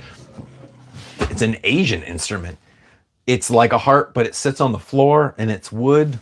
I went to the Japanese Canadian Culture Center and they had one of those instruments, and thank them so much. They just put numbers beside each of the string, 1 to 10. I don't remember how many strings. And then the sheet music, which is beyond me on how to read.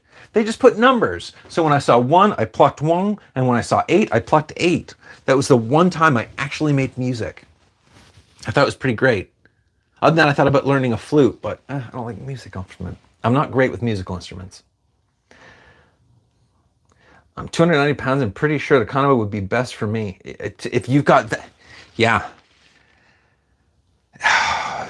Because you have that added stability where it just throws me around. I'm not heavy enough. I'm not strong enough to really, even strength. Yeah, 290 pounds. You could make good work of a tool like this. But I need to get stronger, so I'm not sharing. You have to get your own. I hope you're doing well, friend. Thank you. 17. I am doing very well. Thor is actually built like one of those heavyweight strongmen. Yeah, I bet he. Come on, those are the strong. It's not the fake muscles. It's just so mean. It wasn't meant to be mean, but I'm in my booth and I'm at Anime North, and these two gigantic men come in, bodybuilders, and they've been at it for a few years. You can see it. And I hand them a sword, and they go, "Wow. It's really heavy." So he's blown away by that. So yeah, you can have really strong muscles, but then there's those people that are just strong men, as you're describing Thor. They don't look like they're overly large, but no, the gentleman that brings my firewood, oh, he's massive. He would make this look like a toothpick. I swear he stands a foot over me, and when I shake his hand, my hand just disappears. He doesn't look massive, but you couldn't shake him. Do you understand Japanese? No. Very little Japanese. In the dojo, I can understand when I'm reading about training things, but the rest of the time, iie desu. Muzakashi desu. From what I recall, it could be incorrect. Yeah, all stuff could be incorrect. Aztec armor was treated to increase its rigidity in cloth by leather parts. Again, I bet you're right. That I was talking about scale armor recently, and they talk about how the metal stuff was great, just made a lot of noise. A lot of ninja stuff would have been leather because it's so much quieter. They just have to go through all those different aspects to treat the leather to make it really hard. One aspect is just really boiling hot water, submerge it, form it, let it dry, and it already just there is that much more rigid. You think slowly coating it with lacquer. I bet they did. We just got to figure out how. Oh, Grail. Think of Eddie Hall if you want to have an idea of how body. Okay. Yeah, that's a big dude. Oh. It would be fun. Like take an Eddie Hall and pass him one of this. Okay, let's see what this thing can do. I got a lot of years just to build up some strength, but to actually put this into the hands of someone that's like 14 pounds, this is nothing.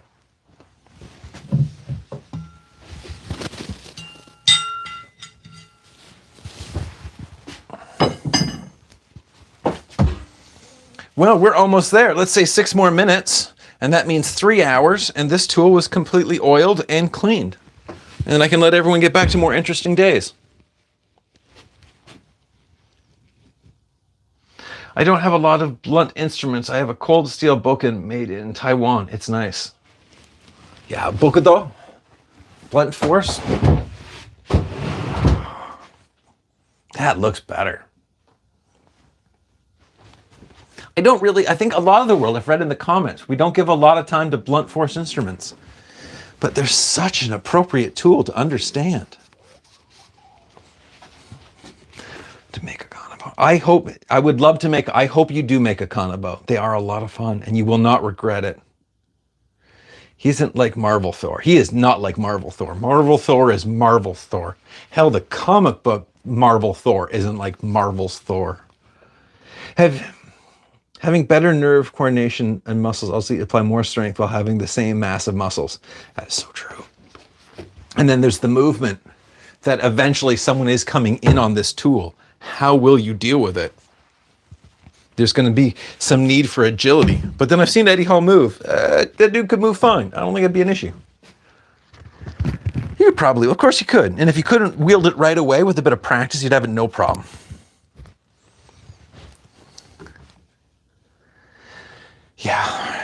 Yeah, they build the muscle mass, not the muscle use. There was a comment in one of Bruce Lee's books of an interviewer that she reached up to touch his shoulder and she commented later that his shoulder, his bicep, felt like warm marble. What kind of strength did that give? Almost like a grizzly bear. Yeah, it's real muscle, real work. And I imagine some like real tragedy, like there's some hardship to those worlds. They build those muscles for reasons. It's true that samurai were more honorable and ninja more evil, like they just come and kill you in disguise, like they show in movies. I'm going to disagree with that. That I'm sure there's like in all aspects, there's those that are not noble, but I have to assume that most ninja were quite noble. But their perspective may have been different in some aspects of, I'm not going to call your name and I'm quite happy to stab you in the back. But I don't think I couldn't describe that as evil. But we all have our own. He does YouTube stuff? That's awesome. Oh my God, there's so much. I'll never catch up. Well, everybody, unfortunately, I can't even keep up with this and I have to go on to other tasks today. Though this 3 hours has been a lot of fun. Let's see if I've got 3 more minutes. Let's see if I can get through these. I'm with you. Calisthenics is got to be one of the best ways for the body to train. Ooh, that arm's not going well. Because it creates such real muscles. Cold Steel's the name of a weapon manufacturer. Yep, I've seen those. Thank you. They do some fun swords. Strength training is what I do. Builds dense muscles at the gym. Also naturally dense. I just got to train more. I just swing swords, but it's good fun. Sumo does count as a samurai. Yes, they do. Are there any fictional characters you found aspiring? For me, it was Quan-Chan Kane from Kung Fu. Oh, fun. Fictional characters you found. Kamina-sama from Gurren Lagann. He is just utmost inspiration and like power of will.